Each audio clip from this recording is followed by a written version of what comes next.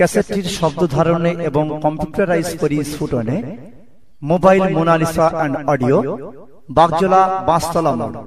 আসসালামু আলাইকুম। নাহমাদুহু ওয়া নাস্তাঈনুহু ওয়া নাস্তাগফিরুহু ওয়া নু'মিনু বিহি ওয়া নাতাওয়াক্কালু আলাইহি ওয়া নাউযু বিল্লাহি মিন শুরুরি আনফুসিনা ওয়া মিন সাইয়্যাতি আ'মালিনা।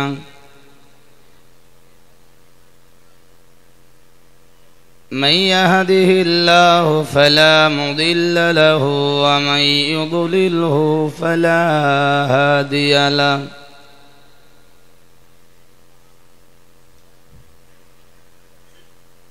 ونشهد أن لا إله إلا الله وحده لا شريك له.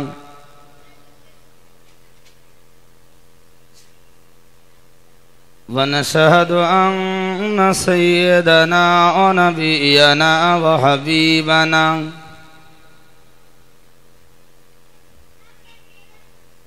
ومولانا محمدا صلى الله عليه وسلم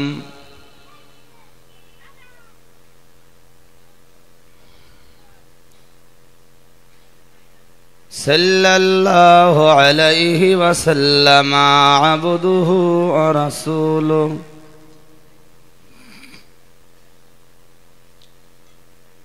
الذي أرسله بالحق بشيرا ونذيرا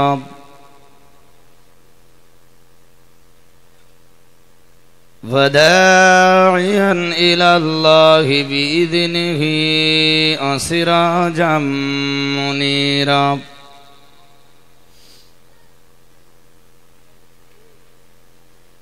فأعوذ بالله من الشيطان الرجيم.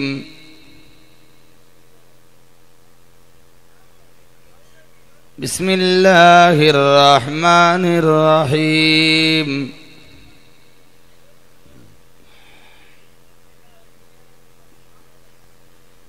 إن الله وملائكته يصلون على النبي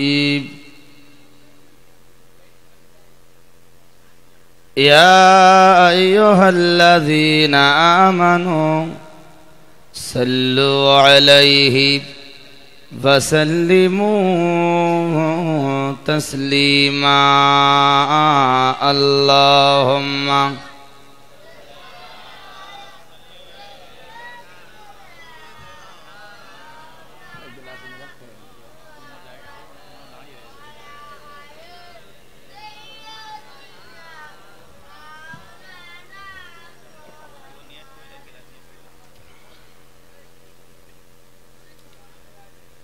جاءنا محمد بشيرا نذيرا صلوا عليه كثيرا كثيرا. اللهم صل على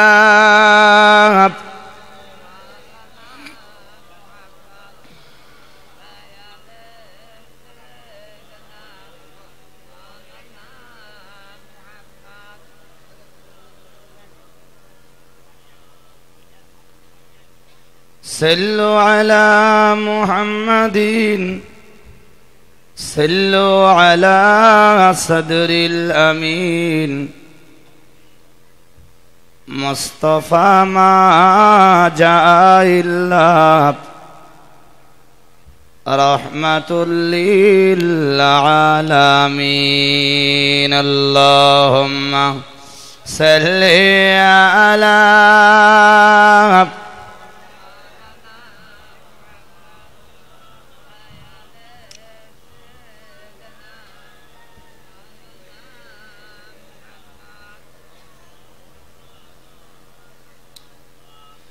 محمد بشر ليس كالبشر ইয়াকুতুন হাজারুন লাইসা কাল হাজারি আল্লাহুম্মা সাল্লি আলা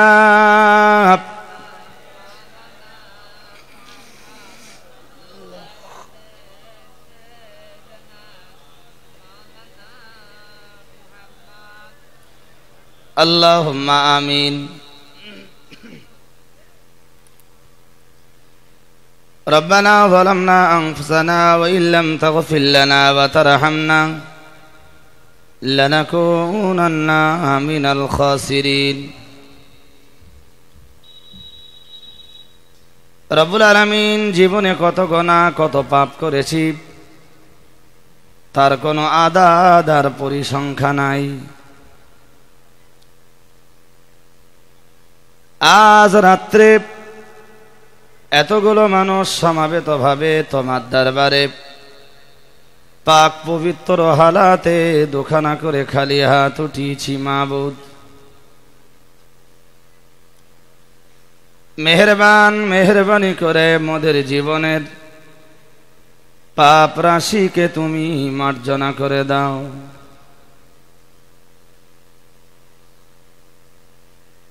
রব্বুল আলামিন যে পথে চললে তুমি খুশি, তোমার রাসূল খুশি হয়ে যান, যে পথ তোমার পথ, নাজাতের পথ, জান্নাতের পথ, জাহান্নাম থেকে বাঁচার পথ, আমাদের সকলকে তুমি সেই পথের পথিক বানিয়ে দাও।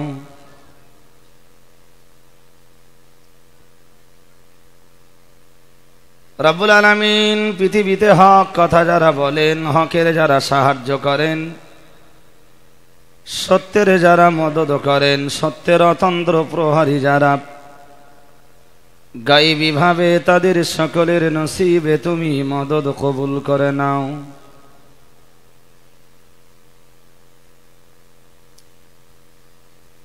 রব্বুল আলামিন বুক ভরা আশা নিয়ে তোমার দরবারে যারা হাত উঠিয়েছেন আল্লাহ, সারা জীবন নামাজ পড়েছি মোরা কাবার দিকে ফিরে, অথচ বহু মানুষের নসিবে কাবা দেখার সৌভাগ্য এখনো হয়নি আল্লাহ।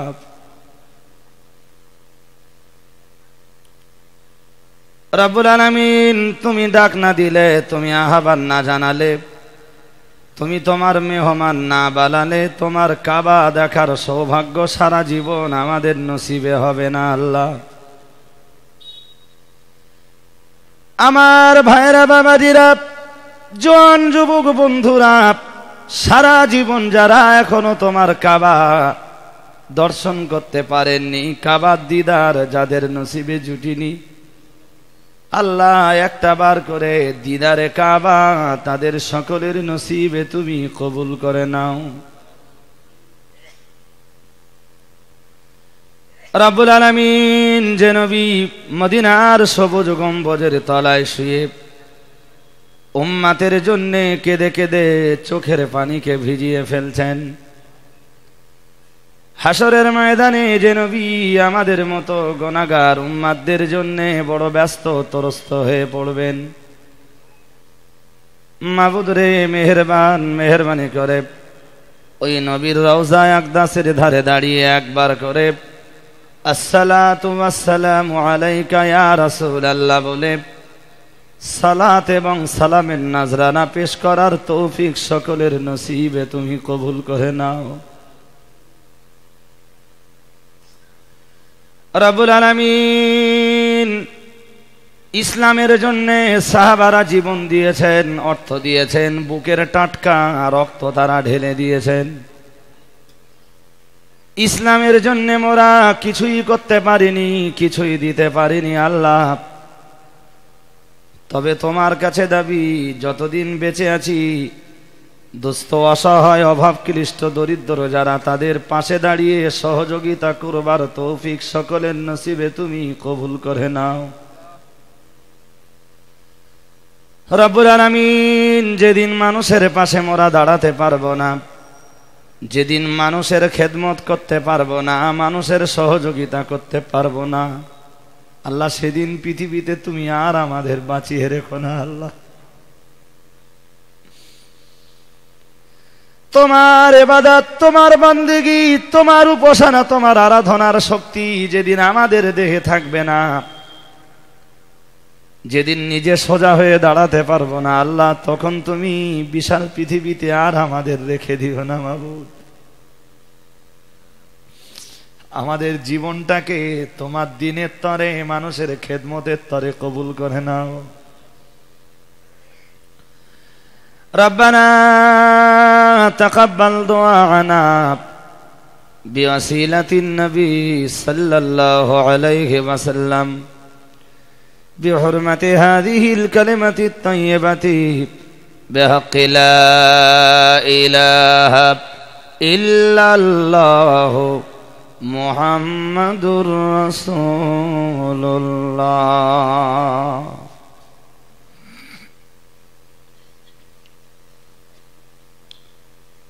সাল্লাল্লাহু আলাইহি ওয়াসাল্লাম। নাহমাদুহু ওয়া নুসাল্লি আলা রাসূলিহিল কারীম, আম্মা বা'দ।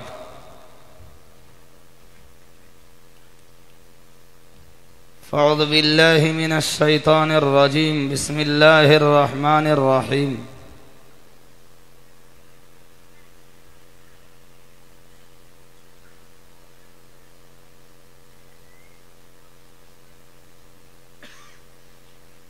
أطيعوا الله وأطيعوا الرسول وأولي الأمر منكم.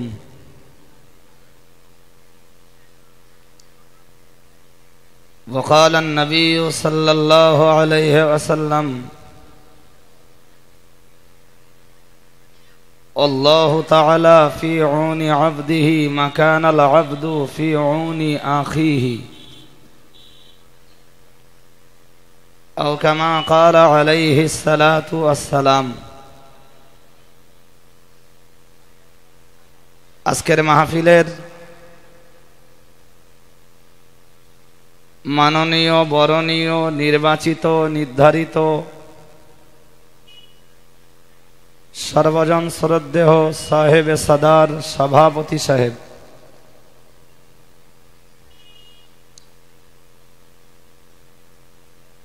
আহত, আমন্ত্রিত, নিমন্ত্রিত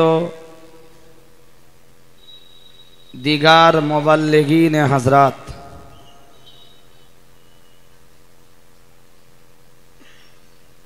বিশেষত আজকের মাহফিলের প্রধান অতিথি, বিশেষ বক্তা, জামিয়া রহমানিয়ার ডাইরেক্টর, সিলসিলায়ে ফুরফুরা শরীফের একনিষ্ঠ হাতিয়ার,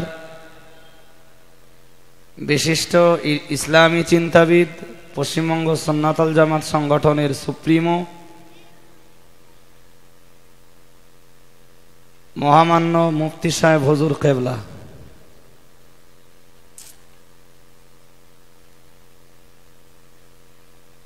সমাবেত সমাগত সামিঈন ইযাম,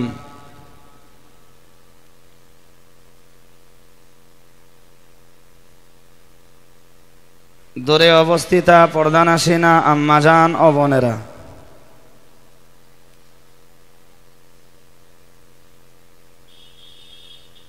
ইতিপূর্বে আপনারা শুনছিলেন বন্ধুবর মোহতারাম হাফিজ মাওলানা ভাই ইসমাইল সাহেবের কাছে কোরআন হাদিসের আলোকে বর্তমান যুগ সন্ধিক্ষণে অত্যন্ত প্রয়োজনীয় কিছু আলাপ আলোচনা।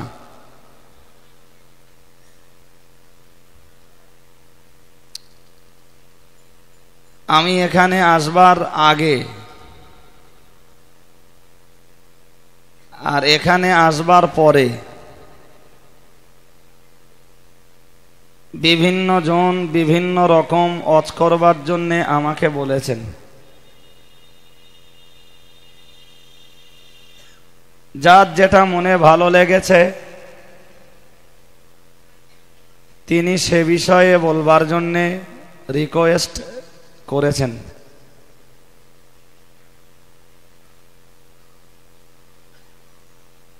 তো ভাই একটা মজলিসে 2 ঘন্টায় সবার রিকোয়েস্ট তো রাখা সম্ভব হয় না।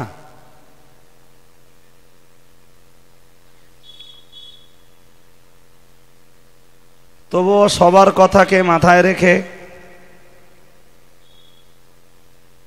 চেষ্টা করব খুব আস্তে আস্তে ঠান্ডা মাথায় শান্ত ব্রেনে আপনাদেরকে কিছু কথা বলবার। প্রথমত আপনাদের কাছে অনুরোধ, জলসা কর্তৃপক্ষ আজকে যতটা জায়গা করেছেন বসবার তা যথেষ্ট ছিল, কিন্তু আমার যেন মনে হচ্ছে, মনে ব্যথা নেন না আপনারা, যদি আরেকটু আপনারা মজলিসটাকে গুণে নিতেন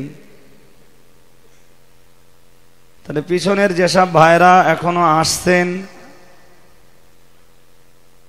এই মাহফিলেই তাদের বসবার জায়গা হয়ে যেত।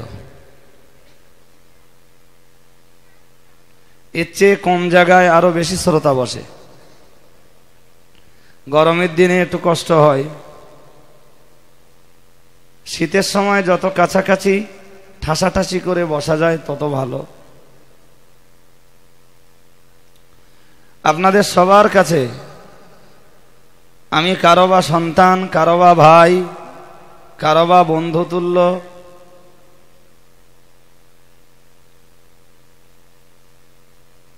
সবার কাছে আমি একান্ত অনুরোধ জানাচ্ছি, যিনি যেখানে আছেন যদি একটু একটু এগিয়ে এগিয়ে বসেন। উঠবার নিয়ত নয়, আমি ওয়াজ করতে বসেছি আমার ওয়াজ ভালো লাগবার জন্যও নয়, আর এটা প্রত্যেকটা শ্রোতার ভিতরে এই চিন্তাটা থাকতেই হবে, ওয়াজ ভালো লাগবে তাই শুনতে যাচ্ছি না। আর কোনো বক্তায় যদি শ্রোতা মাতানোর জন্য ওয়াজ করে, হাদিস শরীফে স্পষ্টই বিবরণ আছে বক্তা কোন চিন্তায় কোন ক্যাটাগরির ওয়াজ করবেন। আজ থেকে ১৫০০ বছর আগে রাসূলুল্লাহ তাও তার উম্মাতদেরকে শিখিয়ে গেছেন।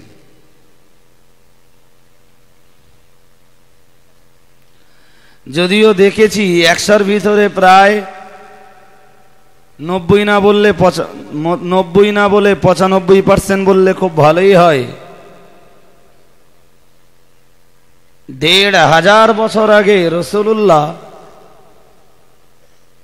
ওয়াইজ আর বক্তাদের জন্য যে তরিকা, যে রাস্তা দেখিয়ে গেছেন,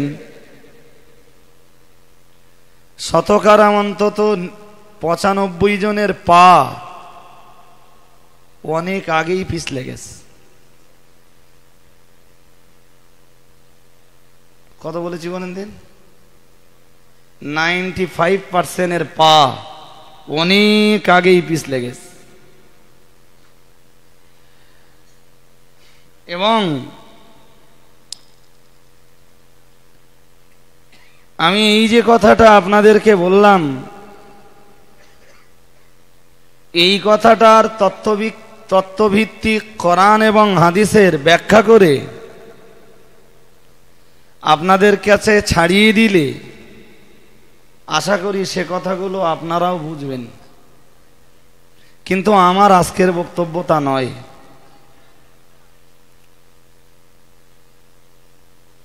ইসমাইল সাহেব আপনাদের কাছে যতক্ষণ ওয়াজ করেছেন তার শেষের দিকের বক্তৃতা শুনে যা বুঝেছি, দিনের সেবায়, মানুষের সেবায় আমরা কে কতটা মন দিতে পেরেছি, কে কতটা এগিয়ে আসতে পেরেছি, শেষের দিকে ইসমাইল সাহেব বোধহয় এই নিয়েই আলোচনা করছিলেন। আমার সবকিছুর আলোচনার আগে একটা কথা আমি আপনাদের বলেই রাখছি, যা করব তো করব, মনে রাখবেন একটা কথা, মিষ্টির দোকানদার যারা মিষ্টি তৈরি করে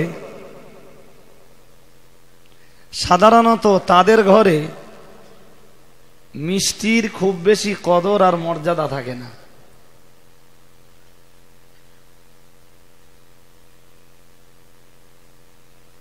আমি জানি না আর একটা ভাষা বলছি, বুঝবেন কিনা, তবে না বুঝলে বোঝানোর মতো করে বলতে হবে আমায়। আমাদের এলাকাতে যাদেরকে বলা হয় ঘোরামি, যারা ওই ঘরের চালে কি করে যেন ছাউনি লাগায়, ওদেরকে কি বলে? বাংলা একটা প্রবাদ আছে, ঘরামি চালে ছাউনি থাকে না।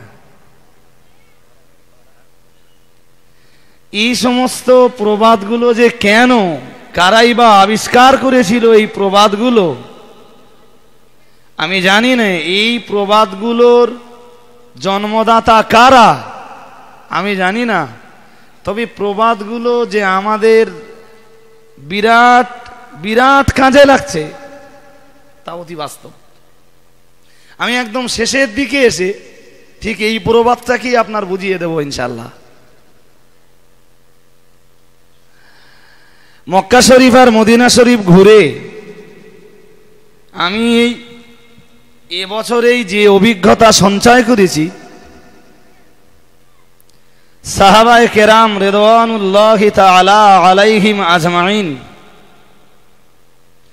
দ্বীনের সেবায়, মানুষের সেবায় তাদের জান মাল সব কিছুকে কোরবান করে দিয়েছেন সম্পূর্ণ নিঃস্বার্থভাবে।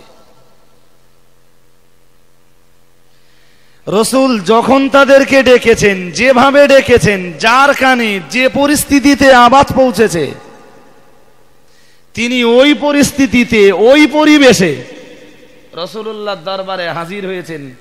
রসুলুল্লাহ যে নির্দেশ দিয়েছেন, নিজের বিবি, বাচ্চা, ছেলে, মেয়ে, মা, বাপ, ভাই, বোন, আত্মীয় স্বজন, পাড়া প্রতিবেশী, গ্রামবাসী, আত্মীয় স্বজন, বন্ধু বান্ধব, ভক্তি ভালোবাসা আর শ্রদ্ধার মানুষদের কথা একবারও না ভেবে বিশ্ব নবী যা বলেছেন, সাহাবারা শুধু দ্বীনের খাতিরে, আল্লাহর দ্বীন প্রতিষ্ঠার জন্যে আর মানুষের সেবার জন্যে সঙ্গে সঙ্গে সেভাবেই তারা ঝাঁপিয়ে পড়েছেন।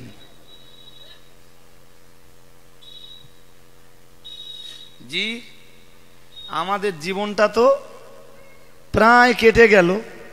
আমার দাদুর জীবন কেটেছে আমার বাপের চিন্তা করতে করতে, আমার বাপের জীবনটা কেটেছে আমার আর আমার ভাইদের ভাবনা ভাবতে ভাবতে। আমার জীবনটা আল্লাহ তা না করুন যদি কেটে যায় আমার বেটার ভাবনা ভাবতে ভাবতে, তাহলে তো খানিকটা আত্মকেন্দ্রিক হয়ে গেল। আমি মানুষের জন্য করলামটা কি, মানুষের পাশে আমি কতটা দাঁড়াতে পারলাম, ইসলামের জন্য আমি কি করতে পারলাম, কোরআনের জন্য আমি কি করতে পারলাম, জনগণের জন্য আমি কি করতে পারলাম, দেশের জন্য আমি কি করতে পারলাম, দশের জন্য আমি কি করতে পারলাম, এটা তো জীবনে ভাবতেই হবে ভাই। আপনি যিনি যে স্তরের মানুষ হন, জানবেন দেশের ভাবনা ভাবার দায়িত্ব একজন মাস্টারের যতটা, ডাক্তারের যতটা, ইঞ্জিনিয়ারের যতটা, ভৌগোলিকের যতটা, দার্শনিকের যতটা, ঐতিহাসিকের যতটা, একজন শিক্ষিত বুদ্ধিজীবী আর জ্ঞানী মানুষের যতটা, নিশ্চয়ই মাঠে যারা শ্রম দিয়ে নিজেদের জীবনটাকে নির্ভর করে থাকে, দেশের জনগণের ভাবনা ভাবার দায়িত্ব তাদের ততটা নয়। যতটা ভাবনা দেশের মেম্বারের উপরে বর্তায়, দেশের জনগণের ভাবনার দায়িত্ব যতটা এলাকার অঞ্চল প্রধানের উপরে চাপে, নিশ্চয়ই ততটা দায়িত্ব মাঠে যারা নাঙল চালায় তাদের উপরে বর্তায় না। কি মনে করেন এই আসন পাওয়াটা কি বিরাট আনন্দের ব্যাপার? স্কুলের মাস্টারি চাকরি পেয়েছি মানে সে কি বিরাট আনন্দের কিছু? নাকি গ্রামের মেম্বার বা অঞ্চলের প্রধান হয়েছি তাতেই বিরাট আনন্দের কিছু আমার? এবারে কেউ যদি মনে ব্যথা নেন, আমার কিছু করার নেই, তবে আমি সম্পূর্ণ ন্যায় সত্যের জায়গাতে দাঁড়িয়ে কথাগুলো বলছি। যার রাজনীতির ভালোবাসা আপন জায়গায় থাকুক। এবছর এই পঞ্চায়েত ভোটের পরে প্রধান হওয়া নিয়ে মারামারি হয়, এরকম পর্যায়ে বহু জায়গায় ঘটেছে। কিন্তু তারা কি ভেবেছে একবার যে প্রধান হওয়া মানে দায়িত্বটা বেশি না কম?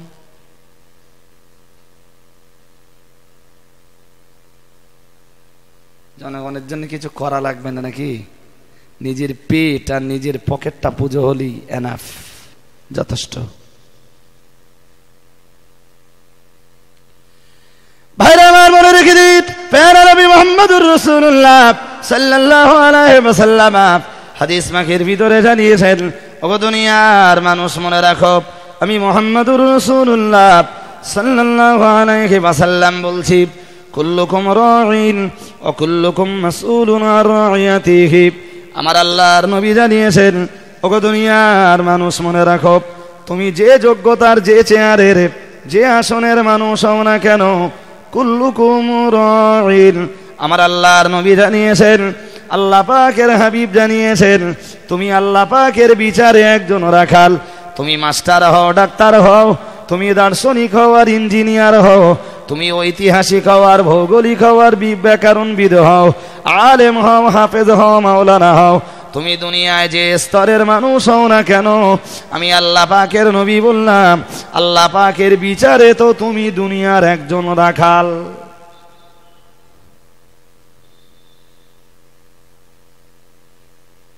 যারা শুনতে বসেছেন ওয়াজ, একদম শেষ পর্যন্ত শুনবেন, মুফতি সাহেবের ওয়াজ শুনবেন, বিদায় দোয়া মোনাজাত করবেন, তারপর বাড়ি যাবেন। অর্ধেকটা শুনে গেলি না আমার ওয়াজ কিছু বুঝবেন, মুফতি সাহেবের ওয়াজ যদি অর্ধেকটা শোনেন তার ওয়াজও কিছু বুঝতে পারবেন না। আমরা শুধু বই পড়ে ওয়াজ করিনি, খানিকটা ভাবি তারপর ওয়াজ করি। ভাইরা আমার মনে রেখে দিন, প্যারা নবী মুহাম্মদুর রাসূলুল্লাহ সাল্লাল্লাহু আলাইহি ওয়াসাল্লাম ওই হাদিসে আর একটু এগিয়ে যেয়ে বলেছেন, ওগো দুনিয়ার মানুষ মনে রাখো, আমি মুহাম্মদুর রাসূলুল্লাহ সাল্লাল্লাহু আলাইহি ওয়াসাল্লাম বলছি, দেশের রাজা যিনি, তিনি তার প্রজাদিগের জন্য রাখাল। আমার আল্লাহর নবী জানিয়েছেন, ওয়াকুল্লুকুম মাসউলুন আন রাইয়াতিহি।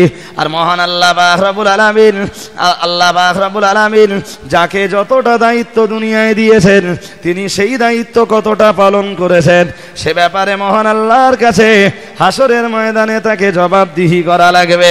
ও বাবাজিরা, ভাইরা, আমার আল্লাহর নবী জানিয়েছেন, দেশের রাজা যিনি, তিনি তার প্রজাদের প্রতি কি ব্যবহার করেছেন, সদ আচরণ করেছেন না অসদ আচরণ করেছেন, ভালো ব্যবহার করেছেন না দুর্ব্যবহার করেছেন, মহান আল্লাহ পাকের কাছে হাসরের ময়দানে দেশের রাজা মশাইকে সে ব্যাপারে জবাবদিহি করা লাগবে।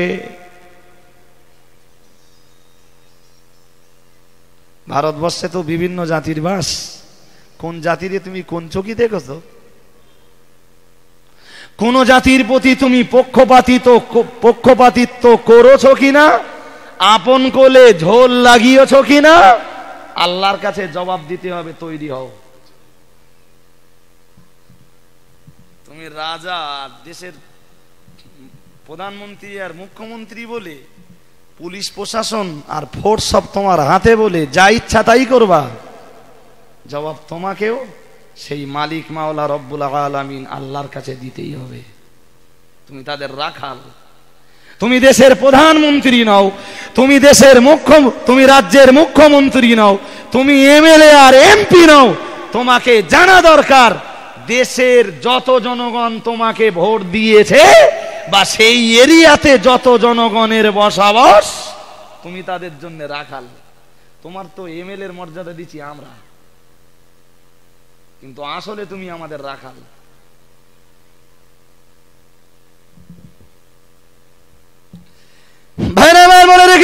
ভুল বুঝবেন না, আমি বিশদ বিবরণ দেব না, বিশদ আলাপ আলোচনা করব না।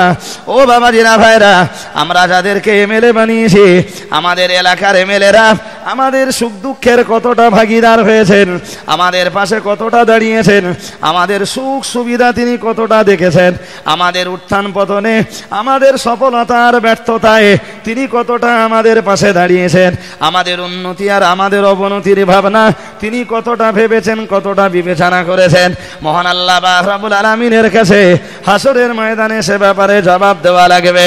ও বাবাজিরা ভাইরা, মাথায় রাখুন, এলাকার পঞ্চায়েত প্রধান যিনি, তাকে বারবার মনে রাখা দরকার, যিনি যে পঞ্চায়েতের প্রধান, ওই পঞ্চায়েতে যত মানুষের বসবাস, যত নারী পুরুষ জওয়ান যুবক যুবতী আবাল বৃদ্ধ বনিতা নির্বিশেষে যত মানুষের বসবাস, এদের সুখ দুঃখর ভাগিদার কতটা তিনি হতে পেরেছেন, এদের সফলতা, এদের ব্যর্থতা, এদের উন্নতি আর এদের অবনতি, এদের এমনি করে এদের জয় আর পরাজয়ের পাশে কতটা অঞ্চল প্রধান দাঁড়াতে পেরেছেন।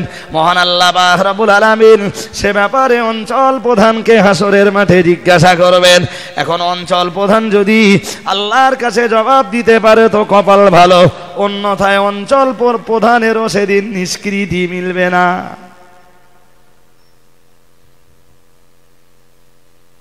তৈরি হও। গ্রামের মেম্বার, তারও নিষ্কৃতি নেই। আপনি একজন সাধারণ মানুষ, আপনারও নিষ্কৃতি নেই। আপনিও রাখাল, আপনার পরিবারের সদস্যদের প্রতি কি ব্যবহারটা করেছেন আল্লাহ সে ব্যাপারেও জিজ্ঞেস করবেন। যার যতটা দায়িত্ব, যার চেয়ার যত বড়, তার হিসাব হাসরের মাঠে তত বেশি। রজব আলী যত বড় বক্তা, রজব আলীর হিসাব তত বেশি। আর যত মাল আরো বেশি লোক, জলসা করে যে 2000 নেই, 2000-এর হিসাব দিতে হবে। যদি 8000 নেই, 8000-এর হিসাব দেওয়া লাগবে একদিন। 8000 তো লেসো, দেশও কি ভাইরা ভাই বলে রেখে দিন, ভুলে বুঝবেন না, বিষাদ আলাপ আলোচনা করবো না, বিষাদ বিবরণ দেব না। দুনিয়ার গ্রামের মেম্বার যারা, এদেরকে মনে রাখা দরকার, যিনি যে গ্রামের মেম্বার, সেই গ্রামের মানুষদের সুখ দুঃখের ভাগিদার আপনি কতটা হতে পেরেছেন, তাদের সুখ দুঃখের সঙ্গে, সুখ দুঃখের সময়ে তাদের পাশে কতটা দাঁড়াতে পেরেছেন। মহান আল্লাহ পাক রব্বুল আলামিন গ্রামের মেম্বারগুলোকে হাসরের ময়দানে সে ব্যাপারে জিজ্ঞাসা করবেন। ও বাবাজিরা ভাইরা, মহান আল্লাহ পাক রব্বুল আলামিন এই দুনিয়াতে যাকে ডাক্তারি চেয়ারে বসিয়েছেন, আল্লাহ যাকে চিকিৎসক বানিয়েছেন, তিনি তার রোগীদের ব্যাপারে কতটা দায়িত্ব পালন করেছেন, তার রোগীদেরকে কতটা যত্ন সহকারে দেখভাল করেছেন, সে ব্যাপারে মহান আল্লাহ পাক রব্বুল আলামিনের কাছে হাসরের ময়দানে দুনিয়ার ডাক্তারগুলোকে জবাব দেওয়া লাগবে। ও বাবাজিরা ভাইরা, দুনিয়ার ডাক্তার বাবুরা তারা শুধু পয়সা কামানোর ধান্দা করেছে না, রোগীর ট্রিটমেন্ট করেছে, মানুষের সেবা করেছে? শুধু পয়সা লুটেছে না, রোগীর সেবা করেছে, মানব সেবা করেছে? মহান আল্লাহ পাক রব্বুল আলামিনের কাছে হাসরের ময়দানে ডাক্তারগুলোকে জবাবদিহি করা লাগবে। ভাই, ঘুরতে ঘুরতে একজন মাস্টার, একজন ডাক্তার, দুজন বন্ধু। তার মাস্টার ঘুরতে ঘুরতে ডাক্তারের চেম্বারে যে হাজির। তা যে বলছে, ডাক্তার এখন খবর কি, দিন কেমন যাচ্ছে? তা বলছে, আর খবর বলেন না, এই প্রায় সপ্তাহখানিক হলো, খুব বেশি রুগী টুগী হয় না।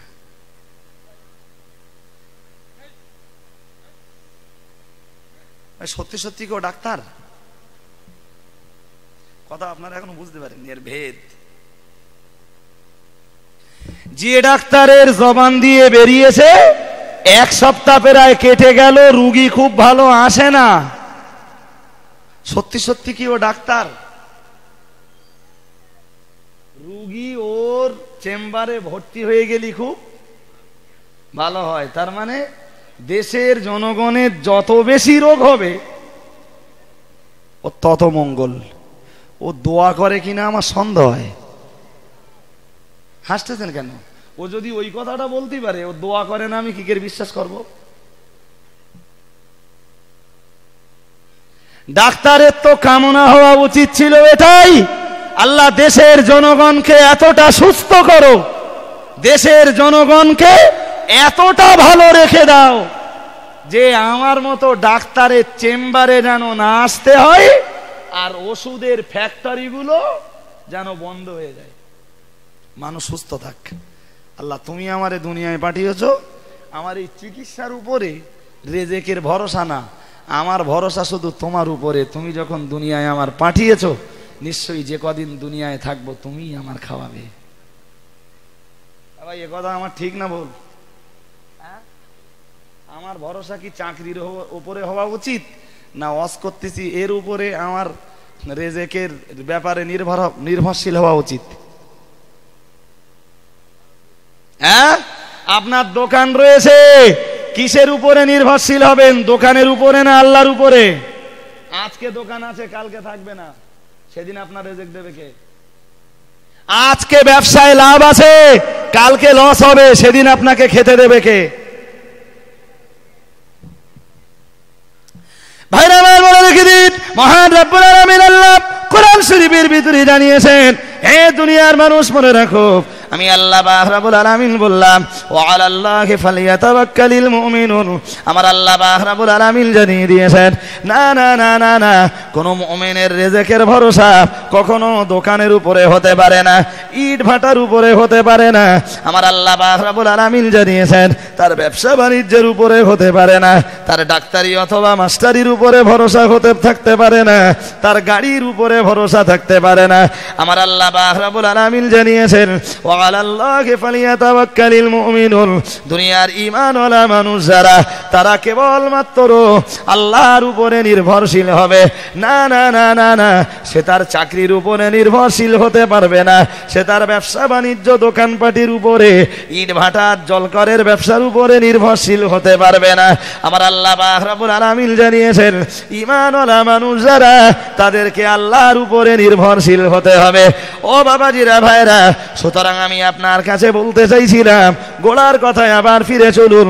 আমার আল্লাহর নবী জানিয়েছেন, তোমরা প্রত্যেকেই হলে এক একজন রাখাল, আর তোমরা তোমাদের দায়িত্ব কতটা পালন করেছো, হাসরের ময়দানে মহান আল্লাহর কাছে অবশ্যই সে ব্যাপারে তোমাদের জবাব দেওয়া লাগবে। ডাক্তার তার রুগীদের দেখভাল কতটা করেছেন? ডাক্তার হসপিটালে চাকরি করে, হসপিটালের রুগীদের জন্য যা সময় দিয়েছেন, তার চেয়ে বেশি সময় দিয়েছেন স্পেশাল রুগীর পিছনে। হসপিটালে 8 ঘন্টা কাটিয়েছেন, আর বাইরের চেম্বারে ঘন্টার পর ঘন্টা কাটিয়েছেন।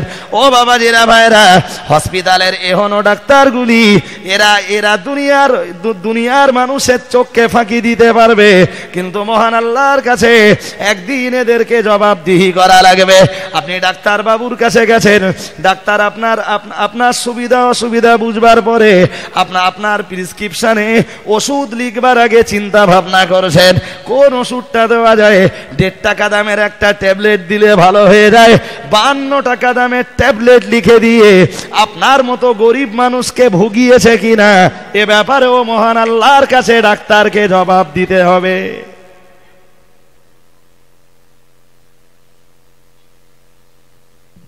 কথা বোঝেননি? যে কোম্পানি, ওষুধ কোম্পানির কাছ থেকে গাড়ি পেয়েছে, 40,000 টাকা দামের মোবাইল পেয়েছে, ফ্রিজ পেয়েছে, তাতেই ডাক্তার 1.5 টাকা ট্যাবলেট দিলে আর 5.5 টাকা দামের ইনজেকশন দিলে ভালো হয়ে যেত হয়তো, তা না দিয়ে ইনজেকশন লিখেছে 102 টাকা করে দাম। এ গরিব বেচারা চালাতো ভ্যান, গিন্নি হসপিটালে ভর্তি। জি ভাই, কি করবে? ভ্যানটা বন্ধক দেছে। আরে গরিবের ঘরে রোগ হলি তো তাই হয়, ভ্যান বন্ধক দেয়, নইলে গিন্নির কানে বন্ধক দেয়, গলার বন্ধক দেয়, কি করবে সে? ডাক্তারগুলোকে মনে রাখা দরকার, এ ব্যাপারে আল্লাহর কাছে তোমাকেও জবাব দিতে হবে। তৈরি হও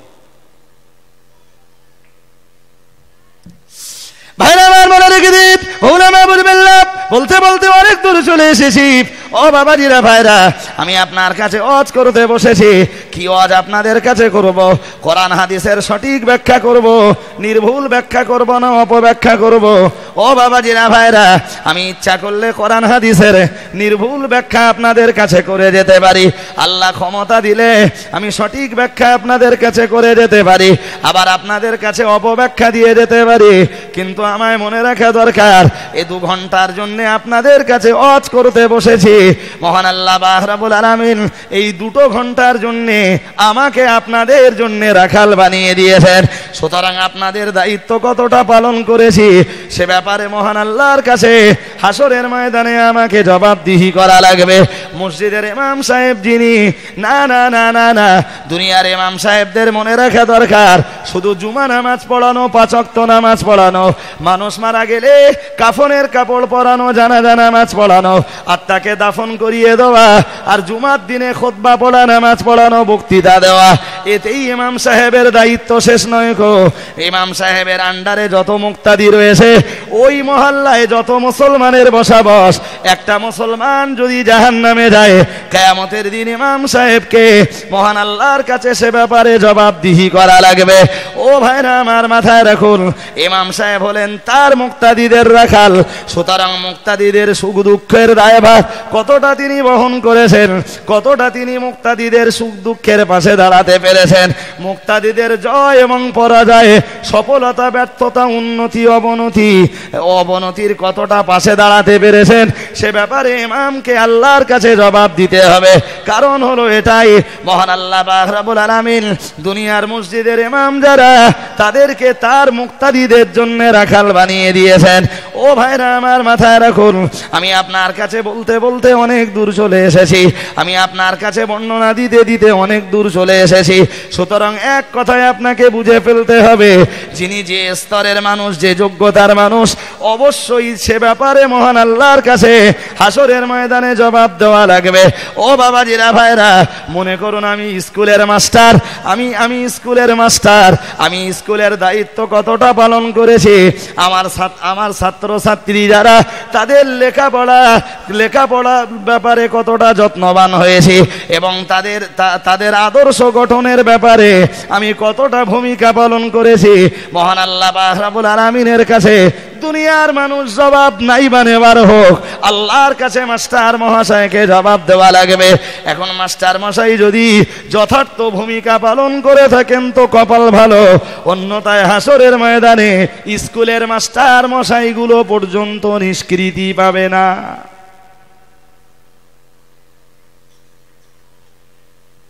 সব ধরা পড়বে যে আপনি মাস্টার, ডাক্তার, আলেম, হাফেজ, মাওলানা, কারি, ইমাম, মুয়াজ্জিন কিছুই নন, একটা পরিবারের গার্জিয়ান তো, একটা পরিবারের গার্জিয়ান তো।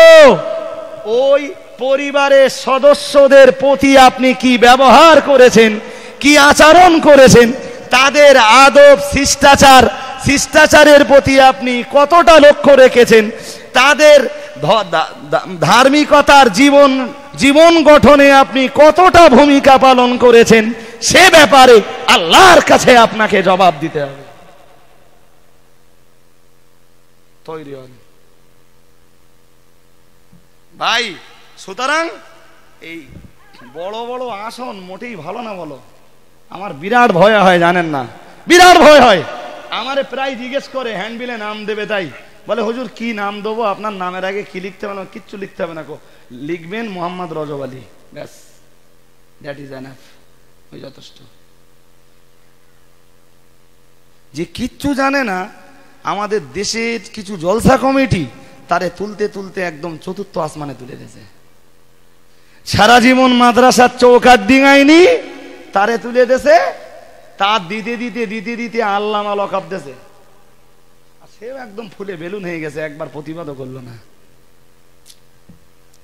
ভাইরা আমার মনে রেখে দিন, বিষাদ বিবরণ দেব না, বিষাদ আলাপ আলোচনা করবো না। ও বাবাজিরা ভাইরা, আমরা দায়িত্ব পালনের ব্যাপারে অনীহা প্রকাশ করেছি।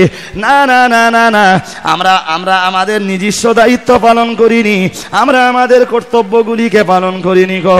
আমি আপনার কাছে বিনয় করে বলবো, যিনি যে স্তরের যে যোগ্যতার মানুষ, অবিলম্বে আপনি আপনার দায়িত্বটুকু পালন করুন, অন্যথায় হাসরের ময়দানের স্বীকৃতি পাওয়া আল্লাহর কাছে বড় কঠিন হয়ে যাবে। ও ভাইরা, আমি আপনাকে বলছিলাম মূলত সাহাবায়ে কেরাম দিগের কথা। সাহাবায়ে কেরাম রিদওয়ানুল্লাহি তাআলা আলাইহিম আজমাইন তারা যথাযথ দায়িত্ব পালন করেছেন। যাকে রাসূলুল্লাহ যে দায়িত্ব দিয়েছেন তিনি সেই দায়িত্বটাই যথাযথ পালন করেছেন। যে সাহাবীকে রাসূলুল্লাহ যে অবস্থায় ডেকেছেন ওই অবস্থায় সাহাবী এসে হাজির হয়েছেন। আসসালাতু আসসালামু আলাইকা ইয়া রাসূলুল্লাহ, আসসালাতু আসসালামু আলাইকা ইয়া হাবিবাল্লাহ, আসসালাতু আসসালামু আলাইকা ইয়া নবী আল্লাহ। আল্লাহর নবী সালামের জবাব দিয়েছেন। কখনো কখনো দেখতে পাওয়া গেছে রাসূলুল্লাহ জিহাদের ডাক দিয়েছেন, আর সাহাবীর কানে যেই না জিহাদের যে যুদ্ধের বাজনা পৌঁছে গেছে, আল্লাহ পাকের নবী যুদ্ধের বাজনা বাজিয়েছেন, এই আওয়াজ যেই না সাহাবীর কানে পৌঁছে গেছে, সাহাবী হয়তো গভীর রাত্রে ঘরের ভিতরে এমনি করে নির্জনে কেবল তার স্ত্রীকে নিয়ে শুয়ে রয়েছেন। ও ভাইরা, এই মাত্র শরীর তার নাপাক হয়েছে, সাহাবীর কানে আওয়াজটা যেই না পৌঁছেছে, সাহাবী এক বিন্দু বিসর্গ দেরি না করে নিজের স্ত্রীকে ডেকে বলেছেন, ওগো আমার বিবি শোনো, আমি তোমার হক যথাযথভাবে আদায় করতে পারিনি। আল্লাহ পাকের নবী জিহাদের বাজনা বাজিয়ে দিয়েছেন। না না না না না, এখানে আমি আর দেরি করতে পারবো না। আল্লাহ পাকের হাবিব যখন আমায় আহ্বান জানিয়েছেন, আমি রাসূলুল্লাহর দরবারে চলে যাব। আল্লাহ পাকের নবী আমার উপরে যে দায়িত্বটা দেবেন ওই দায়িত্বটা আমি যথাযথভাবে যত্ন সহকারে পালন করবার চেষ্টা করব। সাহাবী নিজের বিবিকে ডেকে বলেছেন, বিবি তোমার হক আমি আদায় করতে পারিনি, বিবি তুমি আমায় মাফ করে দিও, ক্ষমা করে দিও। আল্লাহর নবী যদি আমাকে জিহাদের ময়দানে পাঠান, জিহাদের ময়দানে যে যদি আমি শহীদ হয়ে যাই, শত্রুদের তীরের আঘাতে তলোয়ারের আঘাতে আমি যদি আমার জীবনটাকে কোরবান করে দিতে পারি, আমি আল্লাহর কাছে শাহাদাতের মর্যাদা পাবো। না না না না না, দুনিয়ার মাটিতে তোমার সাথে আমায় দেখা হবে না, বিবি তোমার হক পরিপূর্ণভাবে আদায় করতে পারিনি, যথার্থ হক তোমার আদায় করতে পারিনি, বিবি তুমি আমায় ক্ষমা করে দিও। দুনিয়ার মাটিতে তোমার সাথে নাও বা যদি দেখা হয়, মহান আল্লাহ পাক রব্বুল আলামিন যদি রাজি থাকেন, হাসরের ময়দানে তোমার সাথে আমার আবার দিদার হবে। জোরে সোরে বলুন সুবহানাল্লাহ। আর একটু মন খুলে বলুন আত্মকেন্দ্রিক স্ত্রীর বিছানায় শরীর তখন নাপাক, শুধু আওয়াজটা এসেছে, সাহাবীর কানে রাসূল যুদ্ধের বাজনা বাজিয়েছেন, এই মুহূর্তেই রাসূলের দরবারে যেতে হবে। বিবিকে ডেকে বললেন, তোমার সাথে আজ জীবনে দেখা হবে না, আমি চলে গেলাম। তবে হাসরের ময়দানে আল্লাহ যদি রাজি থাকেন, তোমার চেহারা দেখে আমি সেদিন তোমারে চিনে নেব। আজকের দিনটা তুমি আমার ক্ষমা করো। ভাইরা আমার মনে রেখে দিন, আল্লাহ নবী সাহাবী, আল্লাহর হাবিব সাহাবী গোসল করবার মতো সময় নিলেন না। রাসূলুল্লাহ আমায় আহ্বান জানিয়েছেন, রাসূলুল্লাহ আমায় ডেকেছেন। না না না না না, আমি রাসূলুল্লাহ সাহাবী এক বিন্দু দেরি করব না। এখন যদি আমি গোসল আদায় করতে যাই, যে গোসলের অপরিহার্যতা আমার উপরে রয়েছে, এই গোসল যদি আমি যথাযথভাবে আদায় করতে যাই, আল্লাহ পাকের নবীর দরবারে যেতে আমার দেরি হয়ে যাবে। রাসূলুল্লাহর দরবারে যেতে আমায় দেরি করলে হবে না, অবিলম্বে নবীর দরবারে আমায় পৌঁছে যাওয়া লাগবে। সাহাবী নবীজির দরবারে এলেন, আসসালাতু আসসালামু আলাইকা ইয়া রাসূলুল্লাহ, আসসালাতু আসসালামু আলাইকা ইয়া হাবিবাল্লাহ। আল্লাহ পাকের নবী সালামের জবাব দিলেন। আল্লাহর নবী এক বিন্দু বিসর্গ দেরি না করে বললেন, ওগো আমার সাহাবীরা শোনো, আমি আল্লাহ পাকের নবী তোমাদেরকে বললাম, তোমার আগে অনেক সাহাবারা যুদ্ধের জন্য তৈরি হয়ে গেছেন, এমনকি যুদ্ধের দিকে তারা রওনা হয়ে পড়েছেন। আমি আল্লাহ পাকের নবী তো এতক্ষণ তোমার জন্য জন্য অপেক্ষা করেছিলাম। যাও সাহাবী, দেরি করো না, অবিলম্বে জিহাদের ময়দানে চলে যাও। রাসূলুল্লাহ আল্লাহ পাকের হাবিবের নির্দেশ শুনবার পরে সাহাবী জিহাদের ময়দানের দিকে রওনা দিলেন। ও ভাইরা আমার, মাথায় রাখুন, সাহাবী যুদ্ধের ময়দানে যে ওই নাপাক অবস্থায় শহীদ হয়ে গেলেন। ওগো ভাইরা, ইসলামের ইতিহাস বর্ণনা দিয়েছে স্পষ্টভাবে, ওহদের প্রান্তরে সাহাবী শহীদ হয়ে গেলেন। আল্লাহ পাকের নবী, আল্লাহ পাকের হাবিব ওহদের যুদ্ধের পরে সাহাবীদেরকে ডেকে বলেছিলেন, হে আমার সাহাবীরা শোনো, ওহদের ময়দানে একজন নয়, দুজন নয়, আমার 70 জন সাহাবী শহীদ হয়ে গেছেন। আমার ওই 70 জন সাহাবীর লাশ তোমরা অবিলম্বে একত্রিত করে ফেলো। আমি দিনের নবী রাসূলুল্লাহ ওদের কাফনের কাপড় দেব, কাফনের কাপড় পরাবো। ওদের লাশগুলোকে আমি রাসূলুল্লাহ মদিনার মাটিতে নিয়ে যাব। মদিনার মসজিদে নববী সংলগ্ন জান্নাতুল বাকি নামীয় সর্ববৃহৎ কবরস্থান, যেখানে রাসূলুল্লাহ 10,000 সাহাবী শুয়ে রয়েছেন। আল্লাহর নবী ওহদের প্রান্তরে দাঁড়িয়ে বলেছিলেন, সাহাবীরা, এই ওহদের প্রান্তরে আমার যত সাহাবীরা শাহাদাত বরণ করেছেন, আমি সকলকে নিয়ে জান্নাতুল বাকিতে দাফন করে দেব। প্রিয় নবী রাসূলুল্লাহ সাল্লাল্লাহু আলাইহি ওয়াসাল্লাম সাহাবীরা যুদ্ধের পরে লাশগুলোকে একত্রিত করতে লাগলেন, সাহাবীদের পবিত্র দেহগুলোকে এক জায়গায় করতে লাগলেন। ও বাবাজিরা, ভাইরা, মাথায় রাখুন, কিন্তু লাশগুলোকে একত্রিত করতে যে সাহাবারা দেখতে পেলেন, রাসূলুল্লাহ বলেছেন শহীদ হয়েছেন 70 জন, কিন্তু 69টা লাশের সন্ধান পাওয়া যায়, একটা লাশের তো আর কোনো সন্ধান পাওয়া যায় না।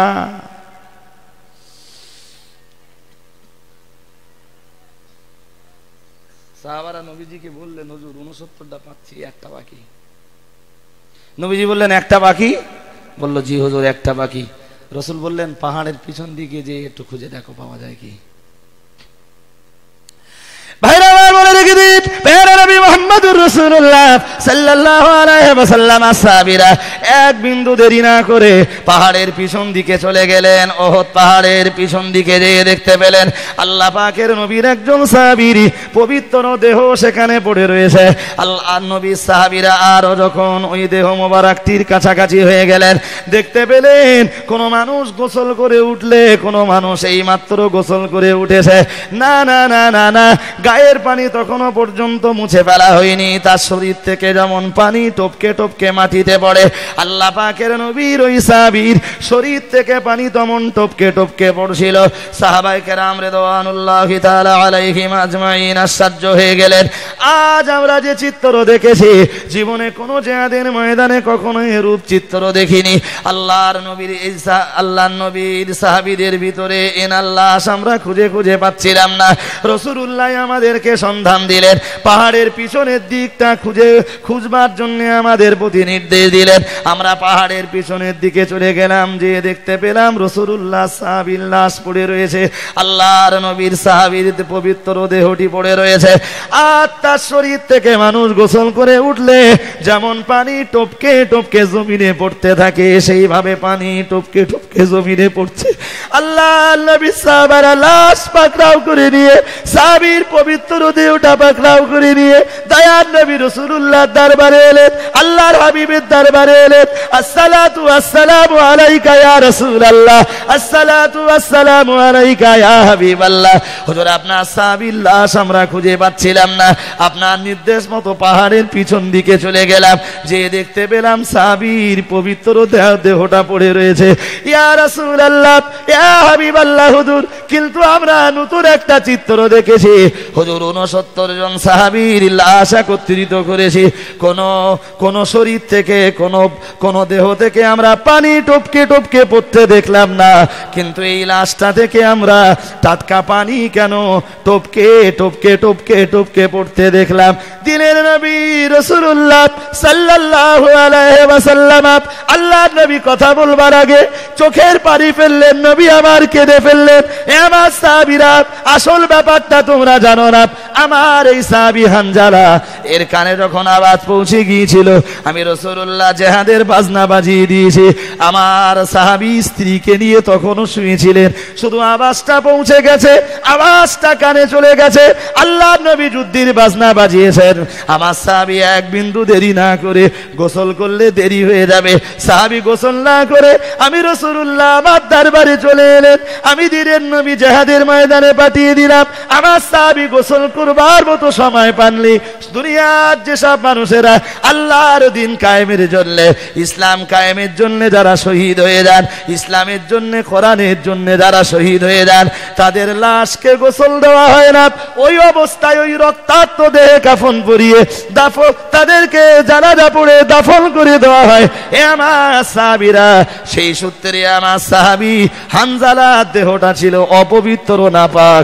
আমি রাসূলুল্লাহ, আমি আল্লাহর নবী, আমি আল্লাহর হাবিব তোমাদেরকে বলছি সাহাবীরা, আমার সাহাবী হানজালা ফরজ গোসল আদায় করবার মতো সময় পাননি বলে আল্লাহ পাকের ফেরেশতারা জিহাদের ময়দান থেকে লাশটাকে তুলে নিয়ে আল্লাহর রহমতের পানি দিয়ে আসমানে নিয়ে তারা গোসলের ব্যবস্থাটা করে দিয়েছেন।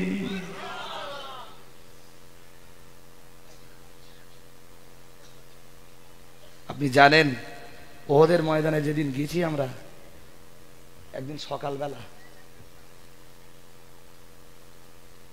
ফজরের নামাজের একটু পরে, আর ওহদ পাহাড়টা মদিনার জান্নাতুল বাকি, একদম মদিনার মসজিদে নবাবির গায়ে বললে ভুল হবে না। তবে পূর্ব সাইডে রাসূলুল্লাহর মাজার রওজায়ে আকদাসটা দক্ষিণ সাইডে, আর জান্নাতুল বাকিটা বলা যায় দক্ষিণ পূর্ব কোণে। বিশাল বড় কবরস্থান, যেখানে শুয়ে রয়েছেন হযরত আম্মা জান আয়েশা সিদ্দিকা রাদিয়াল্লাহু তাআলা আনহা, যেখানে শুয়ে রয়েছেন যে ভাগ্যবতী নারী রাসূলুল্লাহকে দুধ পান করিয়েছিলেন, হযরত হালিমাতুস সাদিয়া রাদিয়াল্লাহু তাআলা আনহা, যে জান্নাতুল বাকিতে শুয়ে রয়েছেন রাসূলের প্রিয় সাহাবী হযরত ওসমানে গনি রাদিয়াল্লাহু তাআলা আন, যে জান্নাতুল বাকিতে শুয়ে রয়েছেন হানাফি মাযহাবের মাসলাগুলো যে সাহাবীর বর্ণিত হাদিস থেকে প্রমাণিত হযরত আব্দুল্লাহ ইবনে মাসউদ রাদিয়াল্লাহু তাআলা আন, যে জান্নাতুল বাকিতে শুয়ে রয়েছেন সাইয়্যিদাতু নিসাই আহলিল জান্নাহ, জান্নাতে নারীদের নেত্রী হযরত ফাতেমাতুজ জোহরা রাদিয়াল্লাহু তাআলা আনহা। ওই জান্নাতুল বাকি নামক বিরাট কবরস্থানটি মসজিদে নববীর তো প্রায় গায়ে। আর জান্নাতুল বাকিতে ঢুকলে জান্নাতুল বাকি থেকে ওহদ পাহাড় দেখা যায়, মনে হয় যেন ওহদ পাহাড়টা খুব কাছাকাছি, হেঁটে বোধহয় মিনিট 5-7 লাগতে পারে।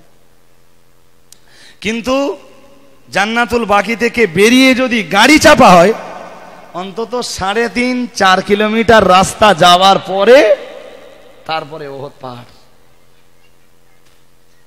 পাহাড়গুলো দেখতে খুব কাছাকাছি, ওই এসে গেছি, খুব বেশি হলে মিনিট 5 লাগবে। কাবা শরীফের যে ঘড়িটা আছে জানেন, বিশাল ঘড়ি, 15-20 কিলোমিটার দূরতে দেখা যায়, আর যেন মনে হয় এই পাহাড়টার পিছনেই কাবা, ওই সেই ঘড়ি দেখা যাচ্ছে, কিন্তু আসলে তা না, অনেকটা দূর। ফজরের নামাজ পড়ে একটা গাড়ি চাপলাম, গাড়ি চেপে ওহদের প্রান্তরে গেলাম। ভাই সেই সিন আর সেই চিত্র আপনাদেরকে বলবার মতো না। শুধু আমি নই, যারাই ওহদের প্রান্তরে যায়, ওহদের মাটিতে পা দেওয়ার আগেই তাদের চোখ দিয়ে টপ টপ করে পানি গড়াতে থাকে। নবীর 70 জন সাহাবী ইসলামের জন্য নিজেদের বুকের রক্ত, টাটকা রক্ত ঢেলে দিয়েছিলেন। সাহাবারা বুকের টাটকা রক্ত দিয়েছিলেন। আর এই 70 জন সাহাবা যারা এই ওহদের প্রান্তরে শুয়ে রয়েছে, তারা নিজেদের জীবনকে ইসলামের জন্য শুধু কোরবান করে দিয়েছিলেন। ভাইরা আমার মনে রেখে দিন, প্যারা নবী মুহাম্মদুর রাসূলুল্লাহ সাল্লাল্লাহু আলাইহি ওয়াসাল্লাম আর সাহাবীরা যখন সাহাবীদের দেহ, পবিত্র দেহগুলোকে এক জায়গায় করলেন, নবীর মনের বড় ইচ্ছা ছিল দেহ, পবিত্র দেহগুলি রাসূলুল্লাহ সঙ্গে নিয়ে মদিনার মাটিতে চলে আসবেন আর মদিনার জান্নাতুল বাকিতে এসে মদিনার জান্নাতুল বাকি নামে কবরস্থানে দাফন করে দেবেন। অমিয়া ভালো করে মাথায় রাখুন, আল্লাহ নবী সাহাবীদের প্রতি নির্দেশ দিলেন, সাহাবীরা এক বিন্দু বিসর্গ দেরি করো না, আমার সাহাবীদের লাশগুলো নিয়ে চলো, মদিনার মাটিতে চলো, আমি জান্নাতুল বাকিতে যে এদেরকে দাফন করে দেব। নবী সাহাবীদের পবিত্র দেহগুলো, মুসলমান ভাইদের পবিত্র দেহগুলো নিয়ে যাবার জন্য তৈরি হয়ে গেলেন। আল্লাহর নবী আল্লাহর হাবিব মদিনার দিকে রওনা দিলেন, সাহাবারা মদিনার দিকে রওনা দিলেন। ওমিয়া ভালো করে মাথায় রাখুন, ওহদ পাহাড় নবীর পিছনে পিছনে চলতে লাগলো, আল্লাহর নবীর পিছনে পিছনে চলতে লাগলো। নবী আর পিছনের দিকে ফিরে তাকান না। 70 জন সাহাবী যে প্রান্তে শহীদ হয়েছেন, আমি মুহাম্মদ সাল্লাল্লাহু আলাইহি ওয়াসাল্লাম পিছনের দিকে দেখব না। ও বাবাজিরা ভাইরা, দিলের নবী রাসূলুল্লাহ সাল্লাল্লাহু আলাইহি ওয়াসাল্লাম আর পিছনে পিছনে ওহদ পাহাড় চলছিল। আল্লাহর নবী ওহদ পাহাড়ের দিকে তাকান না। ওহদ পাহাড়ের জবান খুলে গেল। আল্লাহর নবীকে ডেকে বলল, ইয়া রাসূলুল্লাহ, ইয়া হাবিবাল্লাহ, হুজুর আপনি আমার বুকে যারা টাটকা রক্ত ঢেলে দিয়েছেন, আমার বুকে যারা নিজেদের জীবনকে কুরবান করে দিয়েছেন, হুজুর আপনি তাদেরকে নিয়ে কোথায় চলেছেন? ইয়া রাসূলুল্লাহ, আমার বুক থেকে নিয়ে, আমার উপর থেকে নিয়ে যদি ওদেরকে আপনি মদিনার জান্নাতুল বাকিতে কবরস্থ করে দেন, জান্নাতুল বাকিতে নিয়ে যদি দাফন করে দেন, ইয়া রাসূলুল্লাহ সারা জীবন বিশ্বের যত মুসলমান মদিনার মাটিতে আসবে, মদিনার পবিত্র ভূমিতে যত মানুষের আগমন ঘটবে, আমি ওহদ পাহাড় মানুষ আমার কথা স্মরণ করবে না।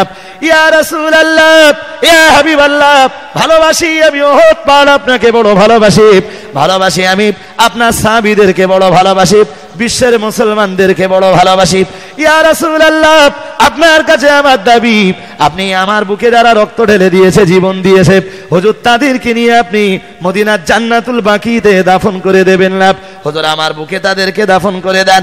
যুগে যুগে কিয়ামত পর্যন্ত যত মানুষ মদিনার পবিত্র ভূমিতে আসবে, ওহদের প্রান্তরের কথা মনে করবে, 70 জন শহীদের কথা মনে করবে, অন্তত আমার বুকে তারা আমার বুকে তাদের কদম দুটো রাখবে। ইয়া রাসূলুল্লাহ, ইয়া হাবিবাল্লাহ, হুজুর আপনার যত সাহাবী এই ওহদের প্রান্তরে শাহাদাত বরণ করেছেন, হুজুর আপনি কাউকে সঙ্গে নিয়ে যাবেন না, হুজুর আমার বুকে আপনি এদেরকে দাফন করে দেন। ও ভাইরা ভালো করে মাথায় রাখুন, আল্লাহর নবীর শহীদ হয়ে যাবার ওই 70 জন সাহাবীর ভিতরে একজন সাহাবীর নাম হলো হযরতে আমর ইবনুল জামু রাদিয়াল্লাহু তাআলা আনহু। তিনি ছিলেন রাসূলুল্লাহর একজন খোলা সাহাবী। আল্লাহর নবী আল্লাহর হাবিবের কাছে অনুমতি যখন চাইছিলেন, খোলাদের জন্য জিহাদের ময়দানে যাওয়া লাগে না। কোরআন শরীফে আল্লাহ বলে দিয়েছেন, লাইসা আলাল আমা হারাজুন ওয়ালা আলাল আরাজি হারাজুন। মহান রব্বুল আলামিন আল্লাহ কোরআন শরীফের ভিতরে জানিয়েছেন, না না না না না, দুনিয়ার অন্ধ মানুষ যারা তাদের জিহাদের ময়দানে যাওয়া লাগবে না, দুনিয়ার খোলা মানুষ যারা তাদেরও জিহাদের ময়দানে যাওয়া লাগবে না। নবীর ওই খোলা সাহাবী নবীজির কাছে এসেছেন, হুজুর মনের বড় চাহিদা, মনের বড় আগ্রহ, একটু জিহাদের ময়দানে যাব। আল্লাহ নবী বললেন, তুমি না খোলা, জিহাদের ময়দানে তোমায় যাওয়া হবে না। সাহাবী বললেন, ইয়া রাসূলুল্লাহ, জিহাদের ময়দানে আমাকে যেতে দিতে হবে। হুজুর আমার বেয়াদবি আপনি মাফ করুন, হুজুর আমার প্রতি আপনি রাগান্বিত হবেন না, চড়াও হবেন না। হতে পারি আমি খোলা, মন আমার খোলা নয় ইয়া রাসূলুল্লাহ, মন আমার দুর্বল নয়, শরীর আমার দুর্বল হতে পারে, আমি ফিজিক্যালি আনফিট হতে পারি, কিন্তু মনের দিক দিয়ে আমি আনফিট নই। ইয়া রাসূলুল্লাহ, ইয়া হাবিবাল্লাহ, হুজুর আমার একটু অনুমতি দেন, আমি জিহাদের ময়দানে যাব। ইয়া রাসূলুল্লাহ, বাড়ি বসে বসে বসে বসে এই কাপুরুষতার জীবন নিয়ে কি করব? জিহাদের ময়দানে যেয়ে দেখি না যদি শাহাদাতের সৌভাগ্য আমার নসিবে জুটে যায়, ইয়া রাসূলুল্লাহ শহীদ যদি হতে পারি আমার জীবনটা বড় ধন্য হয়ে যাবে। আল্লাহর নবী ওই খোলা সাহাবীকে অনুমতি দিলেন, হযরত আমর ইবনুল জামুকে অনুমতি দিলেন, যাও সাহাবী জিহাদের ময়দানে যাও, জিহাদের ময়দানে যাবার জন্য তোমার অনুমতি দেওয়া হলো। নবীর ওই খোলা সাহাবী জিহাদের ময়দানে চলে গেলেন, যুদ্ধের ময়দানে যে শহীদ হয়ে গেলেন। আল্লাহর নবী সাহাবীরা খাস করে যখন হযরত আমর ইবনুল জামু রাদিয়াল্লাহু তাআলা আনহু ওই খোলা সাহাবীর লাশটাকে যখন উটির পিঠে তুলে নিয়েছেন, মদিনার দিকে যখন রওনা দিয়েছেন, ওহদ পাহাড়ের জবান খুলে গেল। নবীকে ডেকে বলল, ইয়া রাসূলুল্লাহ, আপনার যে সাহাবী বারবার অনুরোধ জানিয়ে জিহাদের ময়দানে এসেছে, হুজুর মনের বড় আশা ছিল এই ওহদের প্রান্তরে শহীদ হয়ে যাবে।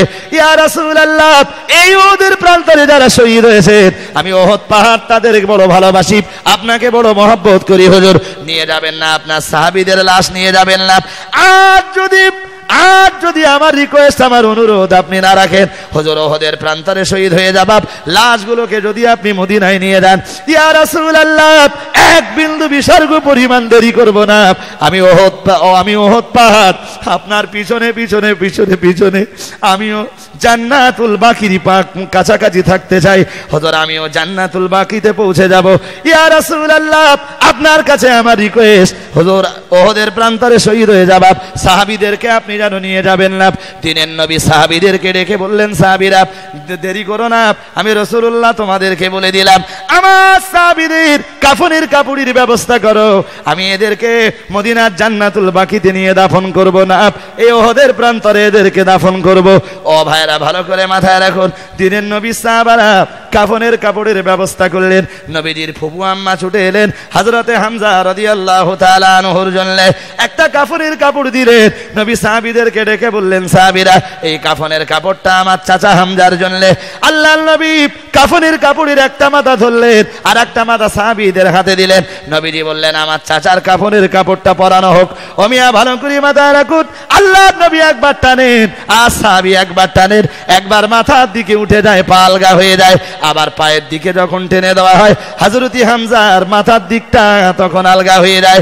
ও মিয়া ভালো করে মাথায় রাখুন, দিনের নবী মুহাম্মদুর রাসূলুল্লাহ সাল্লাল্লাহু আলাইহি ওয়াসাল্লাম সাহাবীদেরকে ডেকে বললেন, সাহাবারা পায়ের দিকে যখন টানি, আমার চাচা হযরতি হামজা ইসলামের জন্য যিনি নিজের অঙ্গ প্রত্যঙ্গগুলো দিয়েছেন, ইসলামের জন্য যিনি নিজের জীবনটাকে উৎসর্গ করেছেন, তাই না, যিনি নিজের নাক দিয়েছেন, কান দিয়েছেন, চোখ দুটো দিয়েছেন, জিহ্বাটা দিয়েছেন, শরীরের অন্যান্য অঙ্গ প্রত্যঙ্গ দিয়েছেন, আমার যে চাচা ইসলামের জন্য নিজের কলিজাটাকে পর্যন্ত উৎসর্গ করে দিয়েছেন, আমি মুহাম্মদ সাল্লাল্লাহু আলাইহি ওয়াসাল্লাম এই ওহদের প্রান্তরে দাঁড়িয়ে সাইয়্যিদুস শুহাদা, শহীদ দিগের লিডার বলে ঘোষণা দিয়েছি।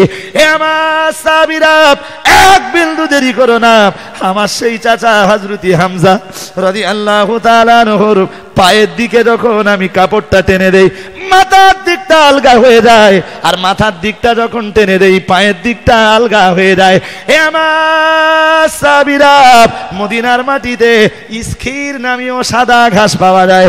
ওগো আমার সাহাবীরা, ওই ইসখির নামীয় সাদা ঘাসটা নিয়ে এসো, আমি মুহাম্মদ সাল্লাল্লাহু আলাইহি ওয়াসাল্লাম আমার চাচার কাফনের কাপড়টা মাথার দিকে টেনে বেঁধে দেব, আর পায়ের দিকে ইসখির নামীয় ঘাস দিয়ে আমার চাচাকে এখানে এই ওহদের প্রান্তরে আমি দাফন করে দেব। ভাইরা ভালো করে মাথায় রাখুন, নবী সাহাবীদের পরিপূর্ণ কাফনের কাপড়টুকু জুটলো না। দিনের নবী মুহাম্মদ সাল্লাল্লাহু আলাইহি ওয়াসাল্লাম 70 জন সাহাবীর জানাজা নামাজ আদায় করলেন, আর নামাজের পরে নবীজি ওদেরকে দাফন করে দিলেন। হোমিয়া ভালো করে মাথায় রাখুন, আজ ওদের প্রান্তরে যারা গেছেন, প্রায় চতুর্দিকে প্রাচীর দিয়ে বেষ্টনীর ভিতরে নবীর 70 জন সাহাবী শুয়ে রয়েছেন, সেখানে নতুন করে কাউকে কবরস্থ করা হয় না, কবর দেওয়া হয় না। হাজী সাহেবরা যখন ওদের প্রান্তরে যান, নবীর প্রিয়তম চাচা, খাস করে নবীর রাসূলুল্লাহর প্রিয়তম চাচা হযরতে আমির হামজা রাদিয়াল্লাহু তাআলা আনহুর কবরটা যখন হাজী সাহেবদের নজরে আসে, চোখ দিয়ে টপ টপ টপ টপ করে পানি পড়তে থাকে। ইসলামের জন্য নিজেদের রক্ত দিয়েছেন, জীবন দিয়েছেন। ও বাবাজিরা, ভাইরা, আল্লাহর নবী, আল্লাহর হাবিব ওহদের প্রান্তর থেকে মদিনায় চলে এলেন। এক বছর পরে দিনের নবী রাসূলুল্লাহ শহাদায়ে ওহদ যারা, তাদেরকে দেখবার জন্য গেলেন, তাদের সঙ্গে জিয়ারাতের জন্য গেলেন। শহাদায়ে ওহদের কথা, ওহদের প্রান্তরে যারা শহীদ হয়েছেন, নবীর মনে মনে মনে যখন মাঝে মাঝে মনে হতো, আল্লাহর নবী শহাদায়ে ওহদের একটু দেখতে যেতেন, জিয়ারাতে যেতেন। অমিয়া ভালো করে মাথায় রাখুন, এক বছর পরে দিনের নবী শহাদায়ে ওহদের সাথে যখন দেখা করতে এলেন, আল্লাহর নবী শহাদায়ে ওহদের সাথে দেখা করতে এসে বললেন, হাদা জাবালু ইউহিব্বুনা ওয়া নুহিব্বুহু। আল্লাহর নবী বলেছিলেন, হে আমার সাহাবীরা শোনো, আমি মুহাম্মদ সাল্লাল্লাহু আলাইহি ওয়াসাল্লাম বলে দিলাম, এই তো সেই পাহাড়, যে পাহাড়টা আমি রাসূলুল্লাহ আমাদেরকে বড় মহব্বত করে। আল্লাহর নবী পরেই বললেন, শুধু ওই পাহাড়টা আমাদেরকে মহব্বত করে তাই না, আমি মুহাম্মদ সাল্লাল্লাহু আলাইহি ওয়াসাল্লাম, আমি এবং আমার সাহাবীরাও ওই উহুদ পাহাড়টাকে বড় মহব্বত করে। জোরে সোরে বলুন সুবহানাল্লাহ। ভাই, মক্কা মদিনায় যারা গাড়ি চালায়, আমি যে গাড়িটায় গেছি, যে গাড়ির ড্রাইভার, আমি উহুদ পাহাড়টা দেখার সঙ্গে সঙ্গে বুখারীর ওই হাদিসটা মনে পড়েছে, শুধু খানিকটা পড়েছি, হাদা জাবালু ইউহিব্বুনা, ওই পর্যন্ত পড়েছি বুখারীর হাদিস। একদম ড্রাইভারের পাশে আমার সিট, সামনে, যে আরো এক বিন্দু না দেরি না করে পড়ছে পরের অংশটা, অনুহিব্বুহু। সুবহানাল্লাহ বলবেন, আর একটু মন খুলে বলবেন। ওদের হাদিসের উপরে কতটা দক্ষতা। তবে একটা জিনিসে, একটা ব্যাপারে আমি খুব গভীর পর্যবেক্ষণ করে সিদ্ধান্ত নিয়েছি, তবে আরেকটু পর্যবেক্ষণ করলে আর আরেকটু রিসার্চ গবেষণা করলে বড্ড ভালোই হতো। যদি বলেন কি, খুব আস্তে আস্তেই বলছি, একটু বুঝুন।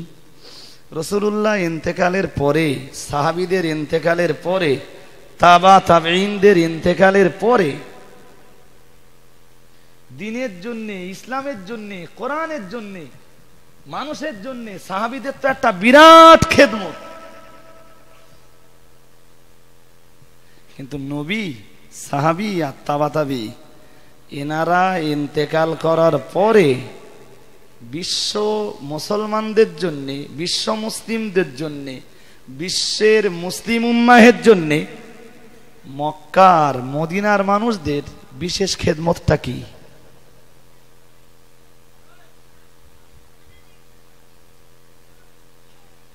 কথা বলতে পারেননি? আবার বলছি, বুঝে নেন।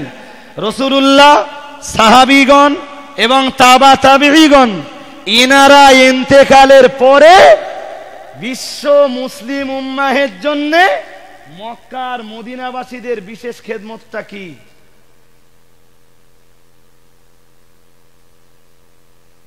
আমার জানা নেই। আমি জানি না যে তারা বিশেষ বিরাট কিছু দেশের জনগণের জন্য করেছে, বিশ্বের মুসলমানদের জন্য বিরাট কিছু করেছে, আমার জানা নেই। আমি কতদূর জানি বলছি। ভাই, এই তিনটে স্তর পেরিয়ে যাবার পরে হাদিসের সংকলন হয়েছে। যদি হাদিসের কথা বলি, তাহলে রাসূলুল্লাহ সবচেয়ে বেশি হাদিস বর্ণনা করেছেন মক্কায় না মদিনায়? কিছু বলেন না কেন? মক্কায় না মদিনায়? মক্কায় তো রাসূল খুব বেশি কিছু বলার সুযোগ পাননি, তাই না? যা করতে হতো সব তো লুকিয়ে লুকিয়ে। মদিনায় যেয়ে ধর্ম পালনের একটা উন্মুক্ত খোলা পরিবেশ পেয়েছেন, সেই পরিবেশে রাসূলুল্লাহ হাদিসগুলো সাহাবীদেরকে বর্ণনা করেছেন।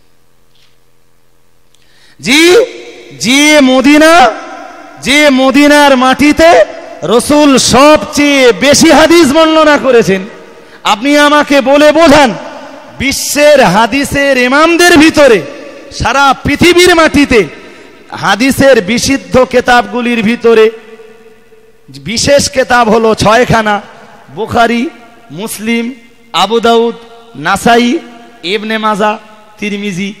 এই 6খানা কিতাবকে একসাথে বলা হয় সিহাহ সিত্তা, তার মানে 6খানা বিশুদ্ধ হাদিসের কিতাব। আপনি আমারে বলবেন এই 6টা কিতাবের সংকলক যারা, 6টা কিতাবের ভিতরে কোন কিতাবের সংকলকের বাড়ি বা জন্ম মদিনায়?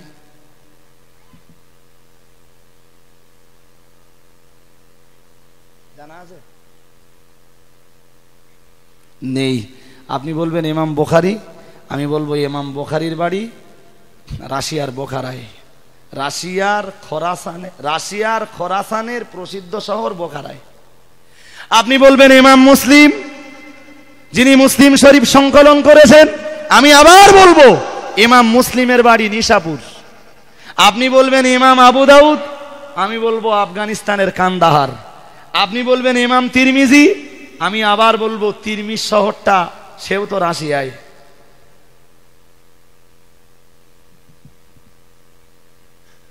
তাহলে রাসূলুল্লাহ যখন মদিনার মাটিতে সবচেয়ে বেশি হাদিস বর্ণনা করেছেন, রাসূল ইন্তেকালের পরে, সাহাবীরা ইন্তেকালের পরে, আর তাবেঈরা ইন্তেকালের পরে হাদিসের সবচেয়ে বেশি খেদমত করা তো উচিত ছিল কাদের? ভাই আমার কথা বুঝতে পারছেন নাকি? করেছে মদিনাবাসীরা। আমি মদিনাবাসীদের নিন্দা করতে বসিনি এখানে, তবে আমার মাথায় ঢুকেছে এটাই, মক্কাবাসীরা তাদের হাব ভাব যা, এখন যা তাদের ধর্মীয় কৃষ্টি কালচার দেখে আপনি তাদের প্রতি আদৌ সন্তুষ্ট হতে পারবেন না। তাদের যা হাব ভাব, এখন নামাজে দাঁড়াচ্ছে এমন ভাবে, এই দেখলে মনে হবে যে যত বেশি জায়গা নিতে পারবে জান্নাতে তার জায়গা তত বেশি। এটা হচ্ছে ওদের নামাজে দাঁড়ানোর সিস্টেম। আপনি নামাজে দাঁড়াতে পারলেন কি পারলেন না ওর কিছু এসে যায় না, প্রচন্ড ভিড়, ও অন্তত এতটা না হলেও এতটা জায়গা নিয়ে দাঁড়াবে। একদম পা দুটো ডান পাটা যদি এই জায়গায় থাকে, বাম পাটা অন্তত 1.5 হাত দূরে রাখবে। যদি বলেন নামাজে একাগ্রতা, মক্কা মদিনার মুসলমানদের নামাজের প্রতি ভক্তি, শ্রদ্ধা, আন্তরিকতা, মহব্বত, জি একটা দৃষ্টান্ত দিচ্ছি। নামাজ পড়তে পড়তে মোবাইল ফোনের সুইচ বন্ধ করা হয় না, আমরা বন্ধ করতাম, ওরা বন্ধ করে না। আমাদের মসজিদগুলোতে লেখা থাকে মোবাইলের সুইচ বন্ধ করবেন, লেখা থাকে না, মোবাইলে চিক দেওয়া থাকে, আমরা যেন মোবাইলগুলো বন্ধ করি।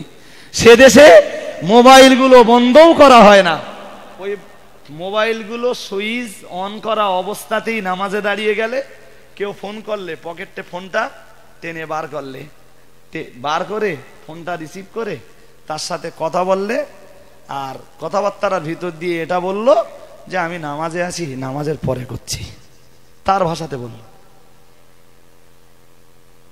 আচ্ছা ভাই, আমাদের দেশের কেউ যদি করে কি ফতোয়া দেবেন?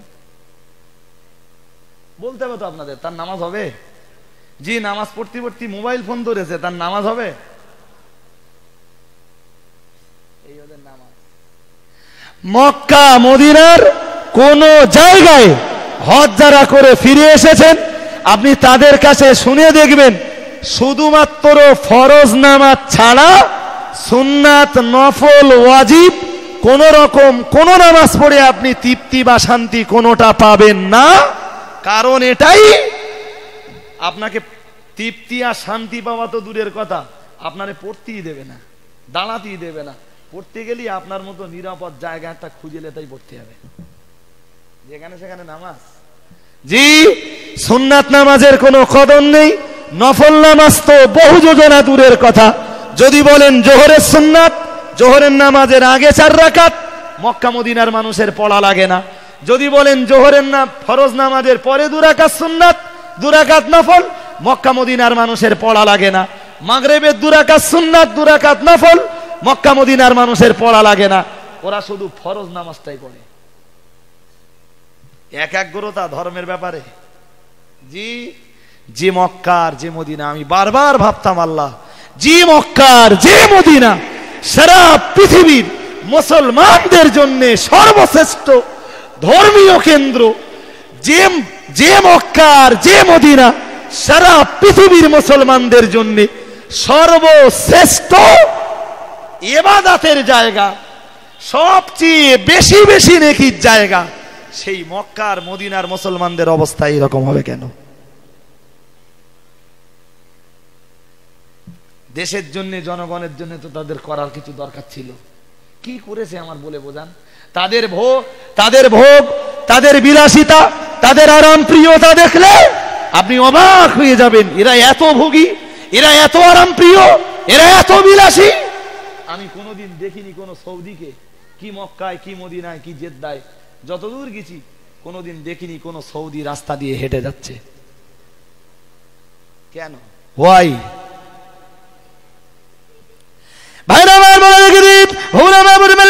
আমি মক্কার মদিনাবাসী যারা তাদের নিন্দা করার জন্য বসিনি, তবে সাহাবায়ে কেরামদের কথা আমার বারবার মনে পড়ে। ইসলামের জন্য যারা জীবন দিয়েছেন, ইসলামের জন্য যারা রক্ত ঢেলে দিয়েছেন, বদরের প্রান্তরে যাদের রক্ত লেগে রয়েছে, ওহদের প্রান্তরে যাদের রক্ত লেগে রয়েছে, খন্দকের প্রান্তরে যাদের রক্ত লেগে রয়েছে, জঙ্গে মুতার প্রান্তরে যাদের রক্ত লেগে রয়েছে, তবুকের প্রান্তরে যাদের রক্ত লেগে রয়েছে, আজ যারা এই সমস্ত জেহাদের ময়দানগুলিতে নিজেদের জীবনকে কুরবান করে দিয়েছেন, তাদের কথা বারবার বারবার মনে হয়। আর বর্তমান মক্কা মদিনার মানুষ যারা, তাদের কথা বারবার বারবার আমার মনে হয়। ওমিয়া ভালো করি মাথায় রাখেন, আমার যেন মনে হয়েছে এরা অত্যন্ত আরাম প্রিয়, এরা অত্যন্ত ভোগী এবং বিলাসী। ও বাবাজিরা ভাইরা, কিন্তু না না না না না, সাহাবীদের ভিতরে ভোগ ছিল না, বিলাসিতা ছিল না, সাহাবীদের ভিতরে আরাম প্রিয়তা ছিল না। আর এদের এই ভোগ বিলাসিতার কারণে কোথায় রাশিয়ার বোখারা, আর কোথায় নিশাপুর, ও বাবাজিরা ভাইরা, কোথায় ইমাম তাবি রহমাতুল্লাহ আলাইহি মিশরের তাহা শহরে জন্মগ্রহণ করেছেন। তিনি তাহাবি শরীফ নামীয় হাদিসের কিতাবটা সংকলন করে ফেলেছেন। ইমাম বুখারী রহমাতুল্লাহ আলাইহি রাশিয়ার বোখারায় জন্মগ্রহণ করে, রাশিয়ার বোখারায় ভূমিষ্ঠ হয়ে ইমাম বুখারী সারা পৃথিবীর সর্বাপেক্ষা বিশুদ্ধ হাদিসের কিতাব সহিহ বুখারী শরীফের সংকলন করে ফেলেছেন। ওমিয়া ভালো করে মাথায় রাখুন, হযরত ইমাম মুসলিম রহমাতুল্লাহ আলাইহি নিশাপুর নামীয় জায়গাতে ভূমিষ্ঠ হয়ে তিনিও মুসলিম শরীফ নামীয় হাদিসের কিতাবটা সংকলন করে ফেলেছেন। অমিয়া ভালো করে মাথায় রাখুন, ইমাম তিরমিজি বুখারা তিরমিজ নামীয় শহরে তিনি জন্মগ্রহণ করে তিরমিজি নামীয় হাদিসের কিতাবটা সংকলন করে ফেলেছেন। ভাইরা ভালো করে মাথায় রাখুন, আমি আপনার কাছে বলতে চাইছি, ইমাম আবু দাউদ রহমাতুল্লাহ আলাইহি আফগানিস্তানের কান্দাহারে ভূমিষ্ঠ হলেন। আর আফগানিস্তানের কান্দাহারে ভূমিষ্ঠ হয়ে তিনি আবু দাউদ শরীফের মতো বিরাট হাদিসের কিতাবটা রচনা করে ফেললেন, সংকলন করে ফেললেন। না না না না না, হিসাব কষে দেখা গেছে সিয়াসেত্তার হাদিসের কিতাবের ভিতরে কোন কিতাবের সংকলকের বাড়ি মক্কায় নয়, মদিনায় নয়। ও বাবাজিরা ভাইরা, আমি আপনার কাছে বলতে চাইছি, প্রিয় নবী মুহাম্মদুর রাসূলুল্লাহ সাল্লাল্লাহু আলাইহি ওয়াসাল্লাম আল্লাহর নবী ইন্তেকালের পরে, সাহাবীরা ইন্তেকালের পরে মক্কা আর মদিনার মানুষেরা তারা বিশ্বের মুসলমানদের জন্য খেদমতটা করলো কোথায়?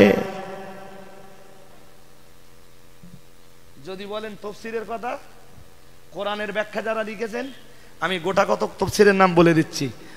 1 নম্বরে তফসিরে কাশাফ, যিনি লিখেছেন তার বাড়ি মক্কায়ও নয়, মদিনায়ও নয়। 2 নম্বরে বলছি আল্লামা নাসির উদ্দিন বাইজাবি রহমাতুল্লাহ আলাইহি, যিনি তফসিরে বাইজাবি শরীফ রচনা করেছেন, তার বাড়ি মক্কায় না মদিনায়। ভাইরা আমার মনে রেখে দিন, আল্লাহর কোরআনের ব্যাখ্যা গ্রন্থ যারা লিখেছেন তার ভিতরে একজন ছিলেন। ও বাবাজিরা ভাইরা, একটা তফসিরের নাম হলো তফসিরে রুহুল মাআনি, আর একটা তফসিরের নাম হলো তফসিরে রুহুল বায়ান। এ দুটি বিশ্বের এমনি করে বিশ্বের প্রামাণ্য দুটো তফসিরের কিতাব। ও বাবাজিরা ভাইরা, কিন্তু না না না না না, এদের কারো বাড়ি মক্কায় অথবা মদিনায় নয়। যদি বলেন তফসিরে জালালাইনের কথা, না না না না না, তফসিরে জালালাইনের সংকলক যারা, তফসিরে জালালাইন যারা লিখেছেন তাদের বাড়ি মক্কায় মদিনায় নয় গো। তফসিরে মাযহারি যিনি লিখেছেন, তফসিরে কুরতুবী যিনি লিখেছেন, সারা পৃথিবীর মাটিতে যত তফসিরের কিতাব আছে আমার জানা নাই গো, এই তফসিরের কিতাবগুলো লিখে মক্কা অথবা মদিনার মানুষেরা পৃথিবীর মানুষকে উপহার দিয়েছেন। তবে সাহাবাদের কথা, তাবা তাবিঈদের কথা আমি অস্বীকার করিনি। একজন মাত্র ইমাম হাদিসের একটা বিরাট খেদমত করেছেন, তবে সেটা তাবিঈদের যুগে। তিনি ইমাম মালিক রহমাতুল্লাহ আলাইহি, তিনি ভূমিষ্ঠ হয়েছিলেন মদিনায়। কিন্তু আমি তো বলেছি সাহাবী তাবেঈ বাদে এদের পিরিয়ডের পরে কারা করেছে বিশ্ব মুসলিম উম্মাহের চিন্তা? কেন মক্কা আর মদিনার মানুষে করিনি? ভাইরা আমার মনে রেখে দিন, আমি বলতে বলতে অনেক দূর চলে এসেছি। ও বাবাজিরা ভাইরা, আমি আপনার কাছে আরো একটা কথা বলবো। বিগত সম্ভবত 30-40 বছর 30-40 বছর আগে হবে, সৌদি সরকার একটা বিজ্ঞপ্তি দিল, সারা বিশ্বব্যাপী একটা বিজ্ঞপ্তি ছড়িয়ে দিল। আল্লাহ পাকের নবী মুহাম্মদুর রাসূলুল্লাহ সাল্লাল্লাহু আলাইহি ওয়াসাল্লাম, আল্লাহর নবীর জীবনী, আল্লাহ পাকের হাবিবের সিরাত লিখবার ব্যাপারে, আল্লাহর নবীর একটি জীবনী লিখবার ব্যাপারে একটা প্রতিযোগিতার আয়োজন সৌদি সরকার করে ফেললো। সারা বিশ্বের মাটিতে ঘোষণা দিল, বিভিন্ন দেশ থেকে যেন আল্লাহ পাকের নবীর সিরাতের কিতাব লিখে পাঠিয়ে দেওয়া হয়। সৌদি সরকার ওই সিরাতগুলোকে নিয়ে জাজ ঠিক করে, বিচারক নির্ধারণ করে বিশ্বের কোন দেশের বইটা প্রথম স্থান অধিকার করেছে সেটা সৌদি সরকারের লোকজনেরাই বিচার করবে। ভালো ভালো জাস্টিস সেখানে থাকবে। ও বাবাজিরা, ভাইরা, মাথায় রাখুন, সারা পৃথিবীর বিভিন্ন প্রান্ত থেকে আরবি ভাষায় নবীর জীবনী লিখে সৌদি গভর্নমেন্টের কাছে পাঠানো হলো, সৌদি সরকারের কাছে পাঠানো হলো, ইরাক থেকে পাঠানো হলো, ইরান থেকে পাঠানো হলো, তুরস্ক থেকে পাঠানো হলো, মিশর থেকে পাঠানো হলো, নাইজেরিয়া থেকে পাঠানো হলো, ইন্দোনেশিয়া থেকে পাঠানো হলো, পাকিস্তান থেকে পাঠানো হলো, ভারত থেকে পাঠানো হলো। সারা পৃথিবীর মাটিতে যতগুলো কান্ট্রি আছে প্রত্যেকটা দেশের মুসলমানেরা এক আধখানা করে কিতাব সেখানে পাঠিয়ে দিল। অমিয়া ভালো করে মাথায় রেখে দেন, কোন কোন দেশ থেকে দেখা গেল 10 খানা, 20 খানা, 50 খানা, 100 খানা, 200 খানা, 500 খানা পর্যন্ত কিতাব সেখানে চলে গেল। ও বাবাজিরা, ভাইরা, আমাদের ভারতবর্ষ থেকেও বেশ অনেকগুলো কিতাব সেখানে পৌঁছে গেল। অমিয়া ভালো ভালো করে মাথায় রাখুন, আল্লাহর নবীর জীবনী লেখার ব্যাপারে যে প্রতিযোগিতাটা হলো, বললে আপনারা অবাক হয়ে যাবেন। ওই প্রতিযোগিতায় মিশরের লোক প্রথম স্থান অধিকার করতে পারল না, ইরাকের মানুষ প্রথম স্থান অধিকার করতে পারল না, তুর্কিরা প্রথম স্থান অধিকার করতে পারল না, ইরানের মুসলমানরা প্রথম স্থান অধিকার করতে পারল না, এদিকে নাইজেরিয়ানরা তারাও প্রথম স্থান অধিকার করতে পারল না, ইন্দোনেশিয়ানরা তারাও প্রথম স্থান অধিকার করতে পারল না। প্রথম স্থান যারা অধিকার করেছিল তারা কারা জানেন? আরে ভাই, আমাদের ভাষা বাংলা, উত্তরপ্রদেশীদের ভাষা উর্দু, জি, বিহারীদের ভাষা হিন্দি, পাঞ্জাবিদের ভাষা ভিন্ন, গুজরাটিদের ভাষা ভিন্ন, তবে হালকা হালকা হিন্দি চলে, যে যা বুঝেছি। জি, ভারতবর্ষে যতগুলো স্টেট আছে, যতগুলো রাজ্য আছে, কোন রাজ্যের ভাষা আরবি এটা আমার জানা নেই। তা ভারতবর্ষের লোক রসুলের জীবনী কি লিখবে? ভাইরা আমার, মনে রেখে দিন, সারা পৃথিবীর বিভিন্ন প্রান্ত থেকে কিতাব লিখে পাঠানো হলো। আর দেখতে পাওয়া গেল প্রথম স্থানে যে বইটা চলে এলো, যে বইটা প্রথম স্থান অধিকার করলো, সেই বইটার লেখকের বাড়ি হলো ভারতবর্ষের হিন্দুস্তানের উত্তরপ্রদেশের মোবারকপুর গ্রামে, যার নাম হলো হযরত মাওলানা শফিউল্লাহ মোবারকপুরি। সুবহানাল্লাহ বলবেন, আর একটু মন খুলে বলবেন। কোথায় বাড়ি বলেছি? উত্তরপ্রদেশের মোবারকপুর। নাম কি? সাফিউর রহমান মোবারকপুরি, যে মাত্র 3 মাসের ব্যবধানে বইটা লিখে পাঠালেন। বইটার নাম রেখেছিলেন আর রাহিকুল মাখতুম। বইটার আরবি, বাংলা, পৃথিবীর বিভিন্ন ভাষায় ট্রান্সলেট হয়েছে বইটা, বিভিন্ন ভাষায়। আমার কাছে অন্তত 2-3 রকম ভাষায় আছে বইটা। বইটা খুব ভালো বই, দুরন্ত বই রাসূলের সিরাতের উপরে। বাংলাও বেরিয়েছে, পারলে একটা করে কিনে নেবেন, আর রাহিকুল মাখতুম। আচ্ছা ভাই, যে দেশে রাসূলুল্লাহ ভূমিষ্ঠ হয়েছেন, আমার বারবার মনের ভিতরে প্রশ্ন জাগে, যে দেশে রাসূলুল্লাহ ভূমিষ্ঠ হয়েছেন সেই দেশের মানুষ প্রথম স্থানটা পেল না কেন?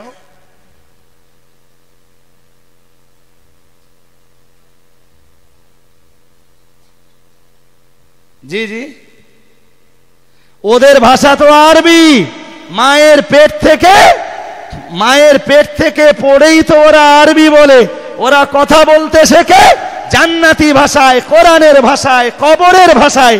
সেই আরবি ভাষায় তো রসুলের জীবনী লেখার প্রতিযোগিতা হলো। সৌদির কোন আলেমের তো উচিত ছিল প্রথম স্থানটা পাওয়া। ভাই, এর পিছনে আমি ওই একটাই, শেষ পর্যন্ত একটাই সিদ্ধান্তে এসেছি, সবকিছু বুঝে সুঝে, সেটা হলো ময়রার বাড়ি মিষ্টির কদর থাকে না। ঘোড়ায় বলেছিলাম মনে আছে, ঘোড়ামির চালে ছাউনি জোটে না, এইটাই বাস্তব। যারা ঘুরে এসছে মক্কা মদিনায় তাদের একটু জিজ্ঞেস করে দেখবেন, তারা তাই বলবে। ওরা ইচ্ছা করলে বহু কিছু করতে পারত, কি করেছে ওরা? কিচ্ছু করেনি। আপনি বলুন, এই উত্তর ভারতের যতগুলো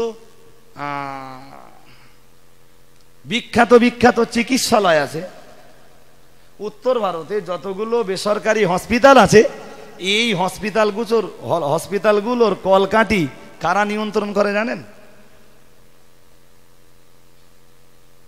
জানেন? সব খ্রিস্টানদের বলো, এবং খ্রিস্টানরাই এই বেসরকারি চিকিৎসালয় বা বেসরকারি হসপিটালগুলোকে নিয়ন্ত্রণ করে, ওদের তৈরি। আমার বলে বোঝাবেন আপনি ভাই?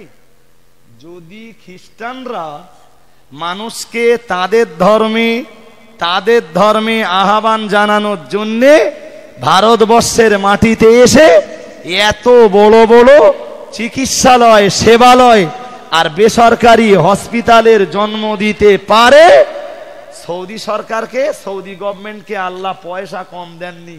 20 টাকার তেল নিলি, পেট্রোল নিলি 32 লিটার 33 লিটার দেয় সৌদিতে। খোদ সৌদির কথা বলছি। 20 টাকার পেট্রোল নিলে 32 লিটার 8 পয়েন্ট পেট্রোল দিলে, 1 লিটার পানির যা দাম, 1 লিটার পেট্রোলের দাম তার চেয়ে অনেক কম। 1 লিটার পানি তো 2 রিয়াল, আর 1 লিটার পেট্রোল 55 পয়সা। আল্লাহ তাআলা কম দেয়নি সৌদি সরকারকে, যে কিন্তু সারা পৃথিবীর মুসলিম উম্মাহের কথা কি ভেবেছে ওরা? খ্রিস্টানরা যদি হসপিটাল করতে পারে, বিশ্বের মাটিতে আজও অনেকগুলি মুসলিম কান্ট্রি আছে, অনেক মুসলিম কান্ট্রি আছে, তারা কেন বিশ্ব মুসলিম উম্মাহের কথা ভাবলো না?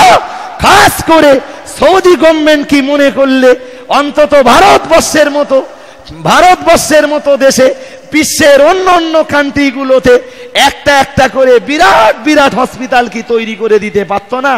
আমি জানি সৌদির মাটিতে, সৌদির হসপিটালে, মক্কা শরীফের মোস্তাশফা নূর হসপিটালে যেদিন আমি গেলাম, হসপিটালটা দেখে আমি বিরাট আনন্দিত। এত পরিষ্কার, জিভ দিয়ে চাটা যাবে, এক বিন্দু দুর্গন্ধ আপনি পাবেন না, এত উন্নত পরিষেবা সৌদির হসপিটালের। কিন্তু বড় আক্ষেপ, বড় দুঃখের সাথে বলছি, সৌদি সরকার কি চেষ্টা করলে পারত না? পৃথিবীর প্রত্যেকটা দেশে দেশে শুধু মুসলিমদের জন্য আর ইসলাম ধর্মের প্রচার আর প্রসারের জন্য বিরাট বড় বড় একটা হসপিটাল তৈরি করে দিতে।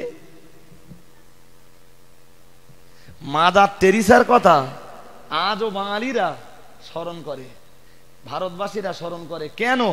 মাদার টেরিসার নাম, পুরো নাম বাঙালিরা উচ্চারণ করতে গেলে জিহবা আড়িয়ে যায়, কিন্তু তবু মাদার টেরিসা আমাদের কাছে সমাদৃত, আজও সমাদৃত হয়। কেন? আমরা কোথায়? আলেমগুলো শুধু, মাওলানা সাহেবগুলো আমরা একটু নসিহত করি, সারাদিন ওয়াজ করি, সারাদিন ঘুমোই, সন্ধে হয়, সন্ধ্যের পরে বেরোই, যায় দুটো জলসা করলে 4000 4000 8000 দেবে, হইলে যথেষ্ট। জি, আমাদের দেশের মাস্টার ডাক্তাররা কেউ সারাদিন ডাক্তারিতে, কেউ বা মাস্টারিতে সারাদিনটা কাটিয়ে দিলে মুসলিমদের উত্থান আর পতন নিয়ে, জয় আর পরাজয় নিয়ে, সফলতা আর ব্যর্থতা নিয়ে ভাববার সময় কারণ নেই। হাফেজ সাহেব সে কোরআন শরীফ পড়া নিয়ে ব্যস্ত, পীর সাহেব সে তদবির করা, পানিতে ফু দেওয়া, তেলে ফু দেওয়া, কিছু নজরানা নেওয়া, এইসব কাজে ব্যস্ত। কি করবি? জনগণের কাজ। কিন্তু আপনি কি জানেন? আপনি কার কথা বলবেন? যদি বলেন মাদার টেরিসার কথা, মাদার টেরিসাকে যদি সেবা শিখিয়ে থাকেন, মানব সেবা যদি শিখিয়ে থাকেন, শিখিয়েছেন তো হযরত মুহাম্মদ সাল্লাল্লাহু আলাইহি ওয়াসাল্লাম। মাদার টেরিসা মানব সেবা শিখেছেন তো হযরত মুহাম্মদ সাল্লাল্লাহু আলাইহি ওয়াসাল্লামের কাছে স্বামী বিবেকানন্দ যদি মানব সেবা শিখে থাকেন, শিখেছেন তো হযরত মুহাম্মদ সাল্লাল্লাহু আলাইহি ওয়াসাল্লামের কাছে। রাজা রামমোহন রায় যদি সেবা শিখে থাকেন, মানব সেবা শিখিয়েছেন তো হযরত মুহাম্মদ সাল্লাল্লাহু আলাইহি ওয়াসাল্লাম। রামকৃষ্ণ পরমহংসদেব যদি মানব সেবা শিখে থাকেন, তাকেও তো শিখিয়েছেন হযরত মুহাম্মদ সাল্লাল্লাহু আলাইহি ওয়াসাল্লাম। এরা সবাই তো হযরত মুহাম্মদ সাল্লাল্লাহু আলাইহি ওয়াসাল্লামের কাছে ঋণী। যে ইসলাম ধর্ম মানব সেবার ব্যাপারে বারবার তাগিদ করেছে, সেই ইসলাম ধর্ম অবলম্বী সারা বিশ্বের মুসলমান আজ মানব সেবায় সবচেয়ে পিছিয়ে। জি, বিক্ষিপ্ত ভাবে কোন কোন জায়গায় সেবা বলতে একটু অর্ধেক ওই বস্ত্র প্রদান করা হয়, আর কোন কোন জায়গায় চক্ষুছানি অপারেশন কেন্দ্র মাঝে মাঝে গড়ে উঠতে দেখা যায়, তাছাড়া আর কি হয়? তবে আমি খুব আফসোসের সাথে জানাচ্ছি, খুব দুঃখের সাথে জানাচ্ছি, আমাদের দেশের কিছু যুবকের চিন্তায় এরূপ বস্ত্র বিতরণের আয়োজন, চক্ষুছানি অপারেশনের আয়োজন যদিও হয়ে থাকে, আর একটা শ্রেণীর যুবকদেরকে দেখেছি তাদের তো সময় কেটে যায় শয়তানের গোলামি করতে করতে। যদি বলেন কিরকম আয়োজন করেছে, ফ্যানশানের। কিসের আয়োজন করেছে? বিচিত্রা অনুষ্ঠান, একজন নায়ক আর দুজন নায়িকা আসবে, এক একজনের ফিস 3 লক্ষ টাকা করে, মাত্র থাকবে 2 থেকে 2.5 ঘন্টা। কারা ঝুঁকি নিচ্ছে? কারা ঝুঁকি নিচ্ছে? 20 লক্ষ টাকা ঝুঁকি নিয়েছে এই জওয়ানেরাই বিচিত্রা অনুষ্ঠানে। জি, 200 টাকা টিকিট। দেশের জনগণের জাহান্নামে নিয়ে যাবার ঠিকাদারি লেছো না।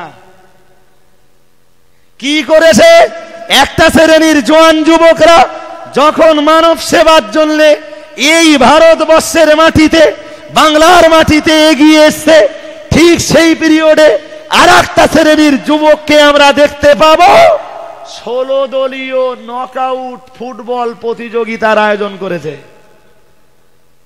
ভাই ঘুমাচ্ছেন নাকি? কদল বলেছি, ডে নাইট হবে, লিখে দেশে মাঝে মাঝে ড্যান্স হবে। কি ব্যবস্থা রে! যে কখনো কখনো দেখি লিখেছে, পোস্টারে লিখে দেছে এই খেলার আয়োজন করা হয়েছে, টিকিটের ব্যবস্থা করা হয়েছে, এলাকার একটা ক্যান্সার রোগীর কিছু টাকা দরকার, এই খেলাটা দেখে যে টাকা বাঁচবে সেই লোকটারে দেওয়া হবে। এটি সব হবে, মানে সব হবে তো। বিচিত্রা অনুষ্ঠানের আয়োজন করেছে ক্যান্সার রোগীদের জন্য। ক্যান্সার ধর্ম করতেছে, সেবা, এর নাম সেবা। জি, যারা করতেছে তারা কারা? তারা মুসলমান। জি, দেশের হাজার হাজার মুসলমানদেরকে ডেকে জাহান্নামের গর্তে ভরে তারপরে একটা ক্যান্সার হয়েছে এইরকম একটা লোকের সেবা করতেছে। ওরা সব গর্তে চলে গেছে, জাহান্নামের গর্তে। ভাইরা আমার মনে রেখে দিন, আমি বিষাদ বিবরণ দেব না, বিষাদ আর আলোচনা করব না। ও বাবাজিরা, ভাইরা, প্রিয় নবী মুহাম্মদুর রাসূলুল্লাহ সাল্লাল্লাহু আলাইহি ওয়াসাল্লাম, আল্লাহ নবী তখন ভরা ফুটন্ত যৌবনে, আল্লাহর নবী, দিনের নবী রাসূলুল্লাহ মক্কার মাটিতে তাকিয়ে দেখেছিলেন, মক্কার মাটিতে বহু এতিম এসির অসহায় রয়েছে। আল্লাহ নবী দেখলেন তাদের পেটে এক বেলা খাবার জোটে তো আর এক বেলা জোটে না। আল্লাহ নবী দেখতে পেলেন বহু এতিম রয়েছে মক্কার মাটিতে, যাদের পরনে বস্ত্র জোটে না। আল্লাহর হাবিব দেখতে পেয়েছিলেন এই মক্কার মাটিতে বহু বিধবা নারী রয়েছে, যাদের পেটে দুবেলা দুমুঠো খাদ্য জোটে না, পরনে যাদের ভালো বস্ত্র জোটে না, তাদের ট্রিটমেন্টের খরচ জোগে না। আল্লাহ নবী মুহাম্মদ সাল্লাল্লাহু আলাইহি ওয়াসাল্লাম মক্কার মাটিতে দেখতে পেয়েছিলেন, দৃষ্টি নিবন্ধ করে তিনি উপলব্ধি করতে পেরেছিলেন এই মক্কার মাটিতে এমন বহু ছেলে মেয়ে রয়েছে, ব্রেন জাতির বড় ভালো, কিন্তু পয়সার অভাবে তারা ট্রিটমেন্ট করতে, তারা পয়সার অভাবে লেখাপড়া করতে পারে না। অমিয়া ভালো করে মাথায় রাখুন, দিনের নবী মুহাম্মদুর রাসূলুল্লাহ সাল্লাল্লাহু আলাইহি ওয়াসাল্লাম এই চিত্রগুলো দেখলেন, নবী আল্লাহর হাবিব এই চিত্রগুলো দেখলে মক্কার জওয়ান যুবক ছেলেদের ডাক দিয়ে বললেন, এ মক্কার জওয়ান ছেলেরা, কে কোথায় আছো, চলে এসো তোমরা। আমি মুহাম্মদ সাল্লাল্লাহু আলাইহি ওয়াসাল্লাম তোমাদেরকে নিয়ে একটু আলাপ আলোচনা করব, তোমাদেরকে নিয়ে একটু মানব সেবার কাজ করব, তোমরা আমাকে সহযোগিতা করো। আমি দিনের নবী রাসূলুল্লাহ তোমাদেরকে নিয়ে মানব সেবার কাজে এগিয়ে যাব। অমিয়া ভালো করে মাথায় রাখুন, আল্লাহর নবী মক্কার জওয়ান ছেলেদেরকে একত্রিত করলেন, ডেকে বললেন, শোনো, আমি মক্কার মাটিতে দৃষ্টি নিবন্ধ করে দেখেছি, এখানে বহু এতিম বাচ্চা রয়েছে যাদের পরনে বস্ত্র যোগে না। তোমরা যদি আমাকে সহযোগিতা করো, আমি মুহাম্মদ সাল্লাল্লাহু আলাইহি ওয়াসাল্লাম মনে হয় তাদের পরনে বস্ত্রের ব্যবস্থা করে দিতে পারবো। তোমরা যদি আমাকে সহযোগিতা করো, আমি মুহাম্মদ সাল্লাল্লাহু আলাইহি ওয়াসাল্লাম আমি মনে হয় জানো তাদের পেটের খাবারের ব্যবস্থা করে দিতে পারবো। এই মক্কার মাটিতে বহু বিধবা নারী রয়েছে যাদের অন্ন যোগে না, বস্ত্র যোগে না। তোমরা যদি আমাকে সহযোগিতা করো, আমি মুহাম্মদ সাল্লাল্লাহু আলাইহি ওয়াসাল্লাম তাদের পাশে দাঁড়িয়ে তাদের মনে সহযোগিতা করতে পারবো। অমিয়া ভালো করে মাথায় রাখুন, আল্লাহ নবী দিনের নবী রাসূলুল্লাহ বলেছিলেন, হে মক্কার জওয়ান ছেলেরা, এই মক্কার মাটিতে আমি মুহাম্মদ দৃষ্টি নিবন্ধ করে দেখেছি, উপলব্ধি করেছি, এই মক্কার মাটিতে আজও বহু এমনি করে গরিব পরিবারের বহু মানুষ রয়েছেন যারা বছরের পর বছর রোগ যাতনাকে ভোগ করে চলেছেন, বিছানা থেকে উঠতে পারেন না। আল্লাহ নবী বললেন, শোনো, আমি মুহাম্মদ সাল্লাল্লাহু আলাইহি ওয়াসাল্লাম ভেবে দেখেছি, তোমরা যদি আমার পাশে দাঁড়াও, সহযোগিতা করো, আমি মুহাম্মদ সাল্লাল্লাহু আলাইহি ওয়াসাল্লাম এরকম দুস্থ অভাবকৃষ্ট রুগ্ন ব্যক্তি যারা, অসুস্থ ব্যক্তি যারা, তাদের পাশে দাঁড়িয়ে আমি মনে হয় তাদের ট্রিটমেন্টের খরচ যোগাতে পারবো। তোমরা আমাকে সহযোগিতা করো, আমি মুহাম্মদ সাল্লাল্লাহু আলাইহি ওয়াসাল্লাম আমাকে তোমরা সাহায্য করো, আমার প্রতি সহানুভূতিশীল হয়ে বলো, এসো আমরা সম্মিলিতভাবে কাজ করি, আমরা একটু সেবার কাজে এগিয়ে যাই। ওমিয়া ভালো করে মাথায় রাখুন, আল্লাহর নবী ওই জোয়াল বয়সী আল্লাহর হাবিব মক্কার জওয়ানদেরকে ছেলেদেরকে নিয়ে একটা ক্লাব তৈরি করলেন, একটা সমিতি তৈরি করলেন, যে সমিতিটার নাম দিলেন হেল্পফুল ফুতুল সমিতি। অমিয়া ভালো করে মাথায় রাখুন, এই সমিতির কাজ হলো এতিমেসির অভাব কৃষ্ট দরিদ্র যারা, তাদের পাশে দাঁড়িয়ে তাদের সহযোগিতা করা, তাদের ক্ষুধার যন্ত্রণা নিবারণের ব্যবস্থা করা, তাদের বস্ত্রের ব্যবস্থা করা, অন্যের যোগান দেওয়া, আর অসুস্থদের ট্রিটমেন্টের ব্যবস্থা করা। আর যেসব মেয়েদের বিয়ে হয় না, দিনের নবী রাসূলুল্লাহ বলেছিলেন, তোমরা আমার পাশে দাঁড়াও, আমি তোমাদেরকে সঙ্গে করে নিয়ে এই মক্কার মাটি থেকে চাঁদা পয়সা তুলে আমি অন্তত তাদের জন্য একটু বিয়ের ব্যবস্থা করতে পারি কিনা চেষ্টা করব। অমিয়া ভালো করে মাথায় রাখুন, দিনের নবী রাসূলুল্লাহ এদেরকে নিয়ে একটা সমিতি তৈরি করলেন। ও বাবাজিরা, ভাইরা, এই সমিতি বছরের পর বছর সেবা করতে লাগলো, মক্কাবাসীদেরকে খেদমত করতে লাগলো। ভুল আমায় বুঝবেন না, আমি আপনাদেরকে বিনয় করে বলবো, খাস করে জওয়ান যুবক যত ভাইরা বসেছেন, আল্লাহর নবী 1500 বছর আগে আপনার মতো বড় যৌবনে রাসূলুল্লাহকে লাভ করেছেন, সমিতি করেছেন। দিনের নবী মুহাম্মদ সাল্লাল্লাহু আলাইহি ওয়াসাল্লাম শুধু মানব সেবা করেছেন, গান বাজনার আড্ডায় মুহাম্মদ সাল্লাল্লাহু আলাইহি ওয়াসাল্লাম জীবনে গেলেন না। আল্লাহ পাকের নবী, আল্লাহ পাকের হাবিব নোংরা অন্যায় কাজের সংস্পর্শে মোটেই গেলেন না। ও বাবাজিরা, ভাইরা, ও জওয়ান যুবক ভাইরা, সেবা যদি করতে হয় হযরত মুহাম্মদ সাল্লাল্লাহু আলাইহি ওয়াসাল্লামের কাছে, দিনের নবীর কাছে আপনাকে আদর্শ নিতে হবে, রাসূলুল্লাহর কাছে আপনাকে আদর্শ নিতে হবে। মুহাম্মদ সাল্লাল্লাহু আলাইহি ওয়াসাল্লাম যে বয়সে, যে পিরিয়ডে আল্লাহর নবী সেবা করেছেন, ওই পিরিয়ডটা জানো আপনার জীবনটাও ওইভাবে জানো সেবা করতে করতে যেন কেটে যায়, মানব সেবায় যেন কেটে যায়। ও মিয়া, আমাদের দেশের জওয়ান ছেলেরা 2 ঘন্টা যদি সময় পেয়েছে, ক্যারাম বোর্ড পিটতে আর খৈনিতে বাড়ি মারতে চলে যায়। আমাদের দেশের জওয়ান যুবক ছেলেরা যদি 2 ঘন্টা সময় পেয়েছে, বিশ্বকাপ ক্রিকেট খেলা শুরু হয়েছে, সেখানে টিভি চ্যানেলের সামনে বসে পড়েছে, বিশ্বকাপ ফুটবল খেলা শুরু হয়েছে, টিভি চ্যানেলের সামনে বসে পড়েছে।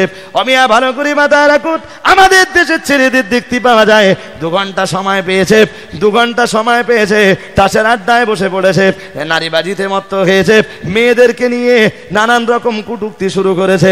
ও দুনিয়ার জওয়ান যুবক ভাইরা, হাসরের ময়দানে নবী মুহাম্মদুর রাসূলুল্লাহ সাল্লাল্লাহু আলাইহি ওয়াসাল্লামের প্রিয় উম্মত বলে যদি আপনার পরিচয় দিতে হয়, রাসূলুল্লাহর উম্মত বলে যদি রাসূলুল্লাহর কাছে যে আপনাকে দাঁড়াতে হয়, তাহলে অবিলম্বে রাসূলুল্লাহ জওয়ান বয়সে তিনি যে কাজের ভিতর দিয়ে তার জওয়ান বয়সটাকে কাটিয়ে দিয়েছেন, আপনি পাপের রাজ্যকে বর্জন করে অবিলম্বে আপনার জওয়ান বয়সটা ওই রাস্তায় কাটিয়ে দেওয়ার চেষ্টা করুন। ভাই একটা হাদিস রয়েছে খুব মারাত্মক। কি হাদিস? হাদিসটা বলছি।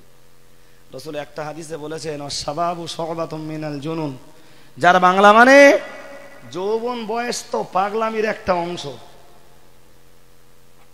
কিসের অংশ বলেছি? একটা হাদিসে বলেছেন তার মানে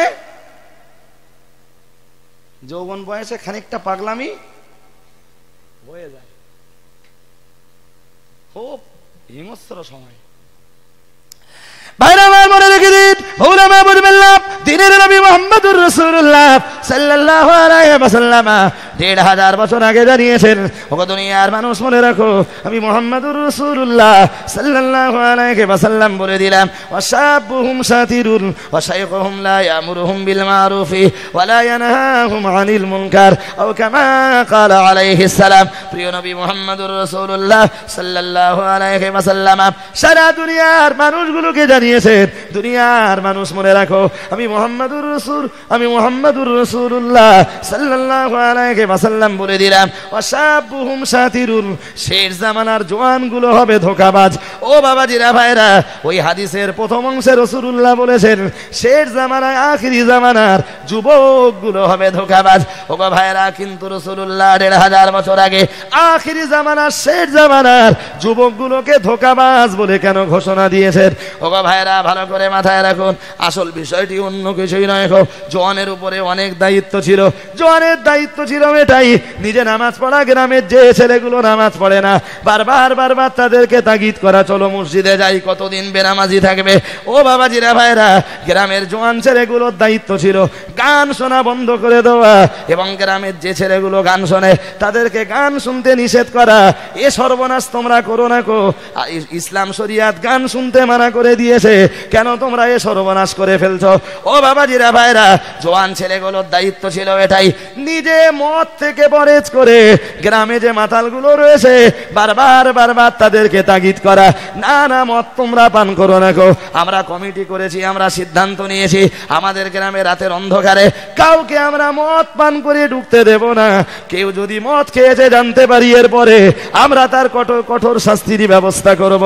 আমাদের এলাকাটা হবে সম্পূর্ণ এক ইসলামী পরিবেশ। আমরা মুসলমান বলে যখন পরিচয় দিয়েছি, আমরা এমনি করে ইসলামী পরিবেশ নিয়ে বাঁচতে চাই। ও বাবাজিরা ভাইরা, ভোলামায় বুঝবেন না গো, কিন্তু সে জওয়ান নামাজ পড়ে না গো, সে জওয়ান অন্যকে মদ পান করতে নিষেধ করবে কি? তার হাতে, তার নিজের হাতেই মদের বোতল উঠেছে। ও ভাইরা আমার মাথায় রাখুন, সে অন্যকে সিগারেট খেতে আর বিড়ি খেতে মানা করবে কি? তার হাতে বিড়ি আর সিগারেট উঠে গেছে। ও ভাইরা ভালো করে মাথায় রাখুন, আমি আপনার কাছে বলতে চাইছি, জওয়ানের দায়িত্ব ছিল এমনি করে পাড়ার সমস্ত জওয়ান ছেলেগুলোকে একত্রিত করে, এলাকার পাড়ার গ্রামের যে মেয়েটা বিয়ে হয় না, ওই মেয়েটার জন্য কিছু চাঁদা পয়সা তুলে অন্তত ওই মেয়েটার বিয়ের জন্য একটা ব্যবস্থা করে দেওয়া। কিন্তু না, জওয়ান সেও দায়িত্বটা পালন করলো না গো। ওগা ভাইরা ভালো করে মাথায় রাখুন, গ্রামে কত অসুস্থ মানুষ রয়েছেন, যারা বছরের পর বছর রোগ যন্ত্রণাকে নিয়ে মাথায় করে নিয়ে বহন করে চলেছেন, অথচ ডাক্তার দেখানোর মতো পয়সা নেই গো। জওয়ানের দায়িত্ব ছিল পাড়া থেকে, এলাকা থেকে, গ্রাম থেকে পয়সা তুলে ওই লোকটাকে সঙ্গে করে নিয়ে অন্তত ট্রিটমেন্টের ব্যবস্থা করে দেওয়া, ওষুধ কেনা পয়সার ব্যবস্থা করে দেওয়া। না, জওয়ান সে কাজটাও করলো না। কত ছেলে, কত নারী আর কত পুরুষের পরনে বলো বস্ত্র জোটে না, কাপড় জোটে না। জওয়ানের দায়িত্ব ছিল চাঁদা পয়সা তুলে অন্তত তাদের জন্য একটু পরনের বস্ত্রের ব্যবস্থা করা।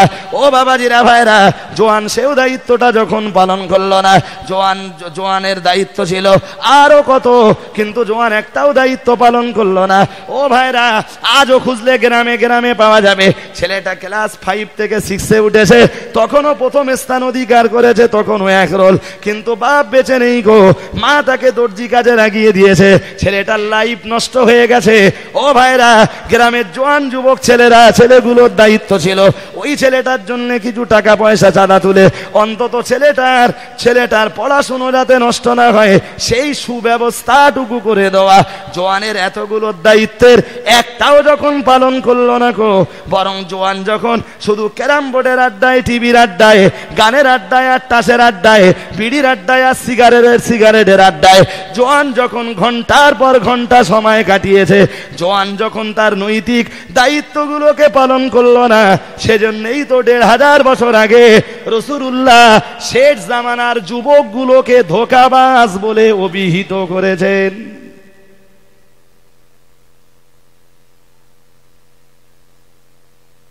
শুনছেন নাকি? হ্যাঁ, এমনি রাখো। জওয়ানের প্রচুর দায়িত্ব। বুড়ো মানুষগুলো কি করবে? তাদের তাই লাঠি হাতে নিয়ে চললে ভালো হয়। তারা দেশের জন্যে, জাতির জন্যে, সমাজের জন্যে, মুসলিম কমিউনিটির জন্যে, মুসলিম উম্মাহের উন্নতির জন্যে, ডেভেলপমেন্টের জন্যে তারা দৌড়াবে কি? তাদের তাই হাত ধরে তুলে দিলে ভালো হয়। জওয়ান, তোমার গায়ের, তোমার শরীরের রক্ত তাজা। তুমি যে বয়সে টিভির আড্ডায়, গানের আড্ডায়, তাসের আড্ডায়, বিড়ি সিগারেটের আড্ডায় আর নারীবাজিতে তোমার জীবনের সময়টাকে নষ্ট করে দিয়ে চলেছো, তুমি কি জানো? তোমার মতো বয়সেই, তোমার মতো তরুণ আর তোমার মতো জওয়ান বয়সেই সাহাবারা বদরের প্রান্তরে, ওহদের প্রান্তরে তাদের বুকের টাটকা রক্ত ঢেলে দিয়েছেন। তাদের রক্তে বদরের মাটি আর ওহদের মাটি রঞ্জিত হয়েছে। তারা নিজেদের জীবনটাকে উৎসর্গ করে দিয়েছেন। তোমার কাছে জীবন কেউ চাইনি, শুধু চেয়েছে মানুষের জন্য একটু সেবা। তুমি তোমার পাপের মাথায়, তাসের আড্ডায়, তোমার গানের আড্ডায়, তোমার অন্য আড্ডায় তুমি লাথি মেরে অন্তত জীবন তোমার কাছে চাওয়া হয়নি। অন্তত পক্ষে মানুষের সেবায় তো খানিকটা আত্মনিয়োগ করো।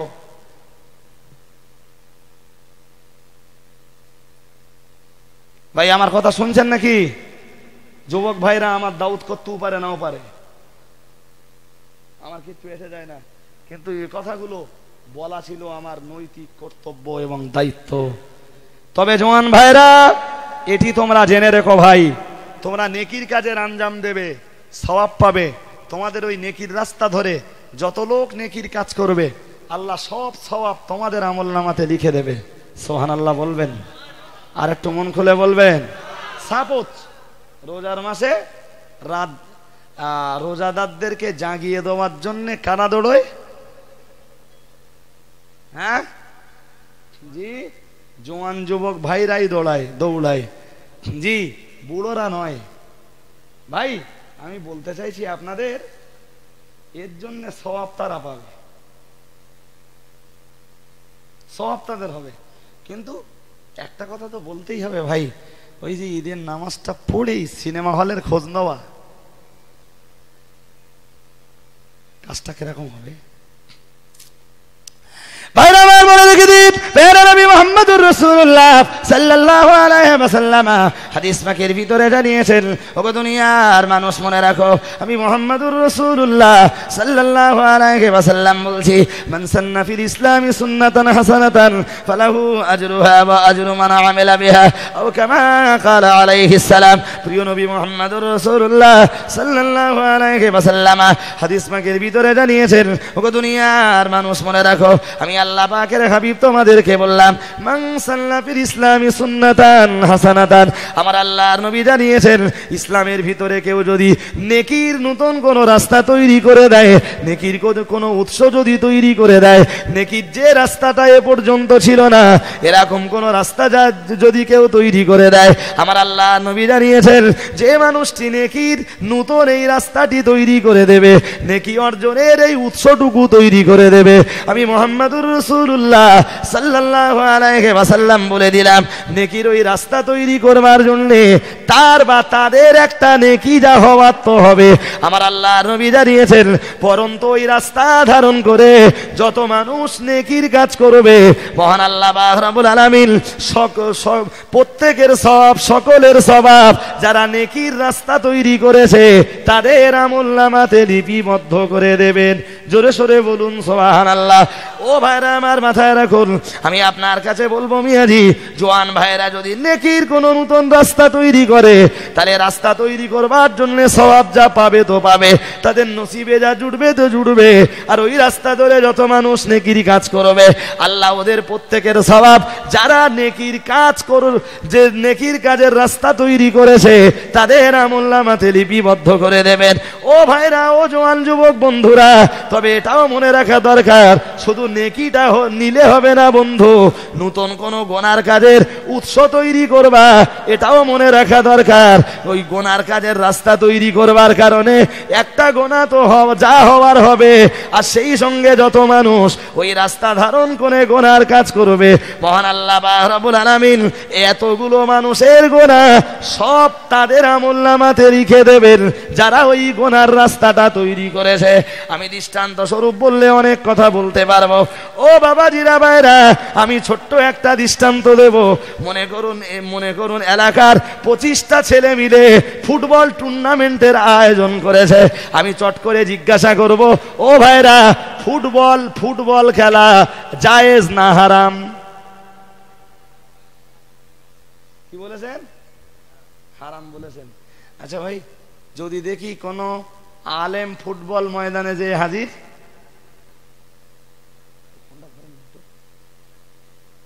জায়েজ হয়ে যাবে? না জায়েজ হবে। কোন হাফেজ, মাওলানা, ইমাম, মুয়াজ্জিন, কারি, মুফতি যেই যাক, শরিয়াতের হুকুম বদলাবে? জি, আলেম যদি চিটিংবাজি করে শরিয়াতের মসলা পাল্টে যাবে? হ্যাঁ না বলেন, তাড়াতাড়ি বলেন। পাল্টে যাবে? আলেম যদি চিটফান্ডে নেমে যায়, চিটফান্ড জায়েজ হয়ে যাবে? হবে না? আলেম করতেছে। ভাইরা আমার মনে রেখে দিন, আমি বলতে বলতে অনেক দূর চলে এসেছি। ও বাবাজিরা ভাইরা, না না না না না, কোন স্থান শরিয়াতের দলিল নয় গো। ও ভাইরা ভালো করে মাথায় রাখুন, না কোনো জায়গা শরিয়াতের দলিল নয় গো, বিশেষ কোন ব্যক্তি শরিয়াতের দলিল নয় গো, কোন পীর সাহেব শরিয়াতের দলিল নয় গো, না না না, কোন আলেম, হাফেজ, মাওলানা, ইমাম, মুয়াজ্জিন শরিয়াতের দলিল নয় গো। সুতরাং আলেম, হাফেজ, মাওলানা, কারি, ইমাম, মুয়াজ্জিন আর পীরজাদা যেটাই করবে সেটাই শরিয়াতের দলিল মনে করবেন, ওটি কোশ্চিন কালেও চলতে পারে না। আলেম চিটফান্ডে জড়িয়েছে মানে চিটফান্ড আপনার জন্য জায়েজ হবে, এ চিন্তার এ কল্পনাটা একেবারেই না করা ভালো। ওগো ভাইরা, আমি আপনার কাছে বলতে চাইছি, ফুটবল খেলা আপনারাই বলেছেন হারাম। এখন 10টা ছেলে মিলে ফুটবল টুর্নামেন্টের আয়োজন করেছে, কিংবা এলাকার 20টা ছেলে মিলে ফুটবল টুর্নামেন্টের আয়োজন করেছে, তাহলে ফুটবল খেলা যখন হারাম, দেখাটাও তো হারাম হবে। ও বাবাজিরা ভাইরা, তাহলে হিসাব অনুযায়ী বলতে পারা যায়, এ হলো একটা ফুটবল টুর্নামেন্টের আয়োজন যারা করেছে তাদের গোনা যা হওয়ার তো হবে, আর যত মানুষ দেখবে এদের গোনাগুলো নেবে কারা? ভাই, আমি বলতে বলতে অনেকটাই বলে ফেলেছি। দেখতে দেখতে মুফতি সাহেব হুজুর এসছেন, একটু তাকবীর দেবেন। নারায়ে তাকবীর, আর একটু জোর করে নারায়ে তাকবীর। সিলসিলায়ে ফুরফুরা শরীফ, সিলসিলায়ে ফুরফুরা শরীফ, মুফতি সাহেব হুজুর কিবলা, নারায়ে তাকবীর। যারা ছড়িয়ে ছিটিয়ে রয়েছেন, মেহেরবানি করে একটু বসুন মাহফিলে। জি, যারা দাঁড়িয়ে রয়েছেন ভাই, দাঁড়িয়ে না থেকে এখনো বোধহয় বসবার জায়গা আছে, সামনে আছে, ঘুরে আসেন না, বসেন। ঠান্ডা মাথায় ধীর স্থির ভাবে অজনসিহত আপনারা শুনতে থাকুন। মহব্বত করে দরুদ শরীফ পড়ুন। আল্লাহুম্মা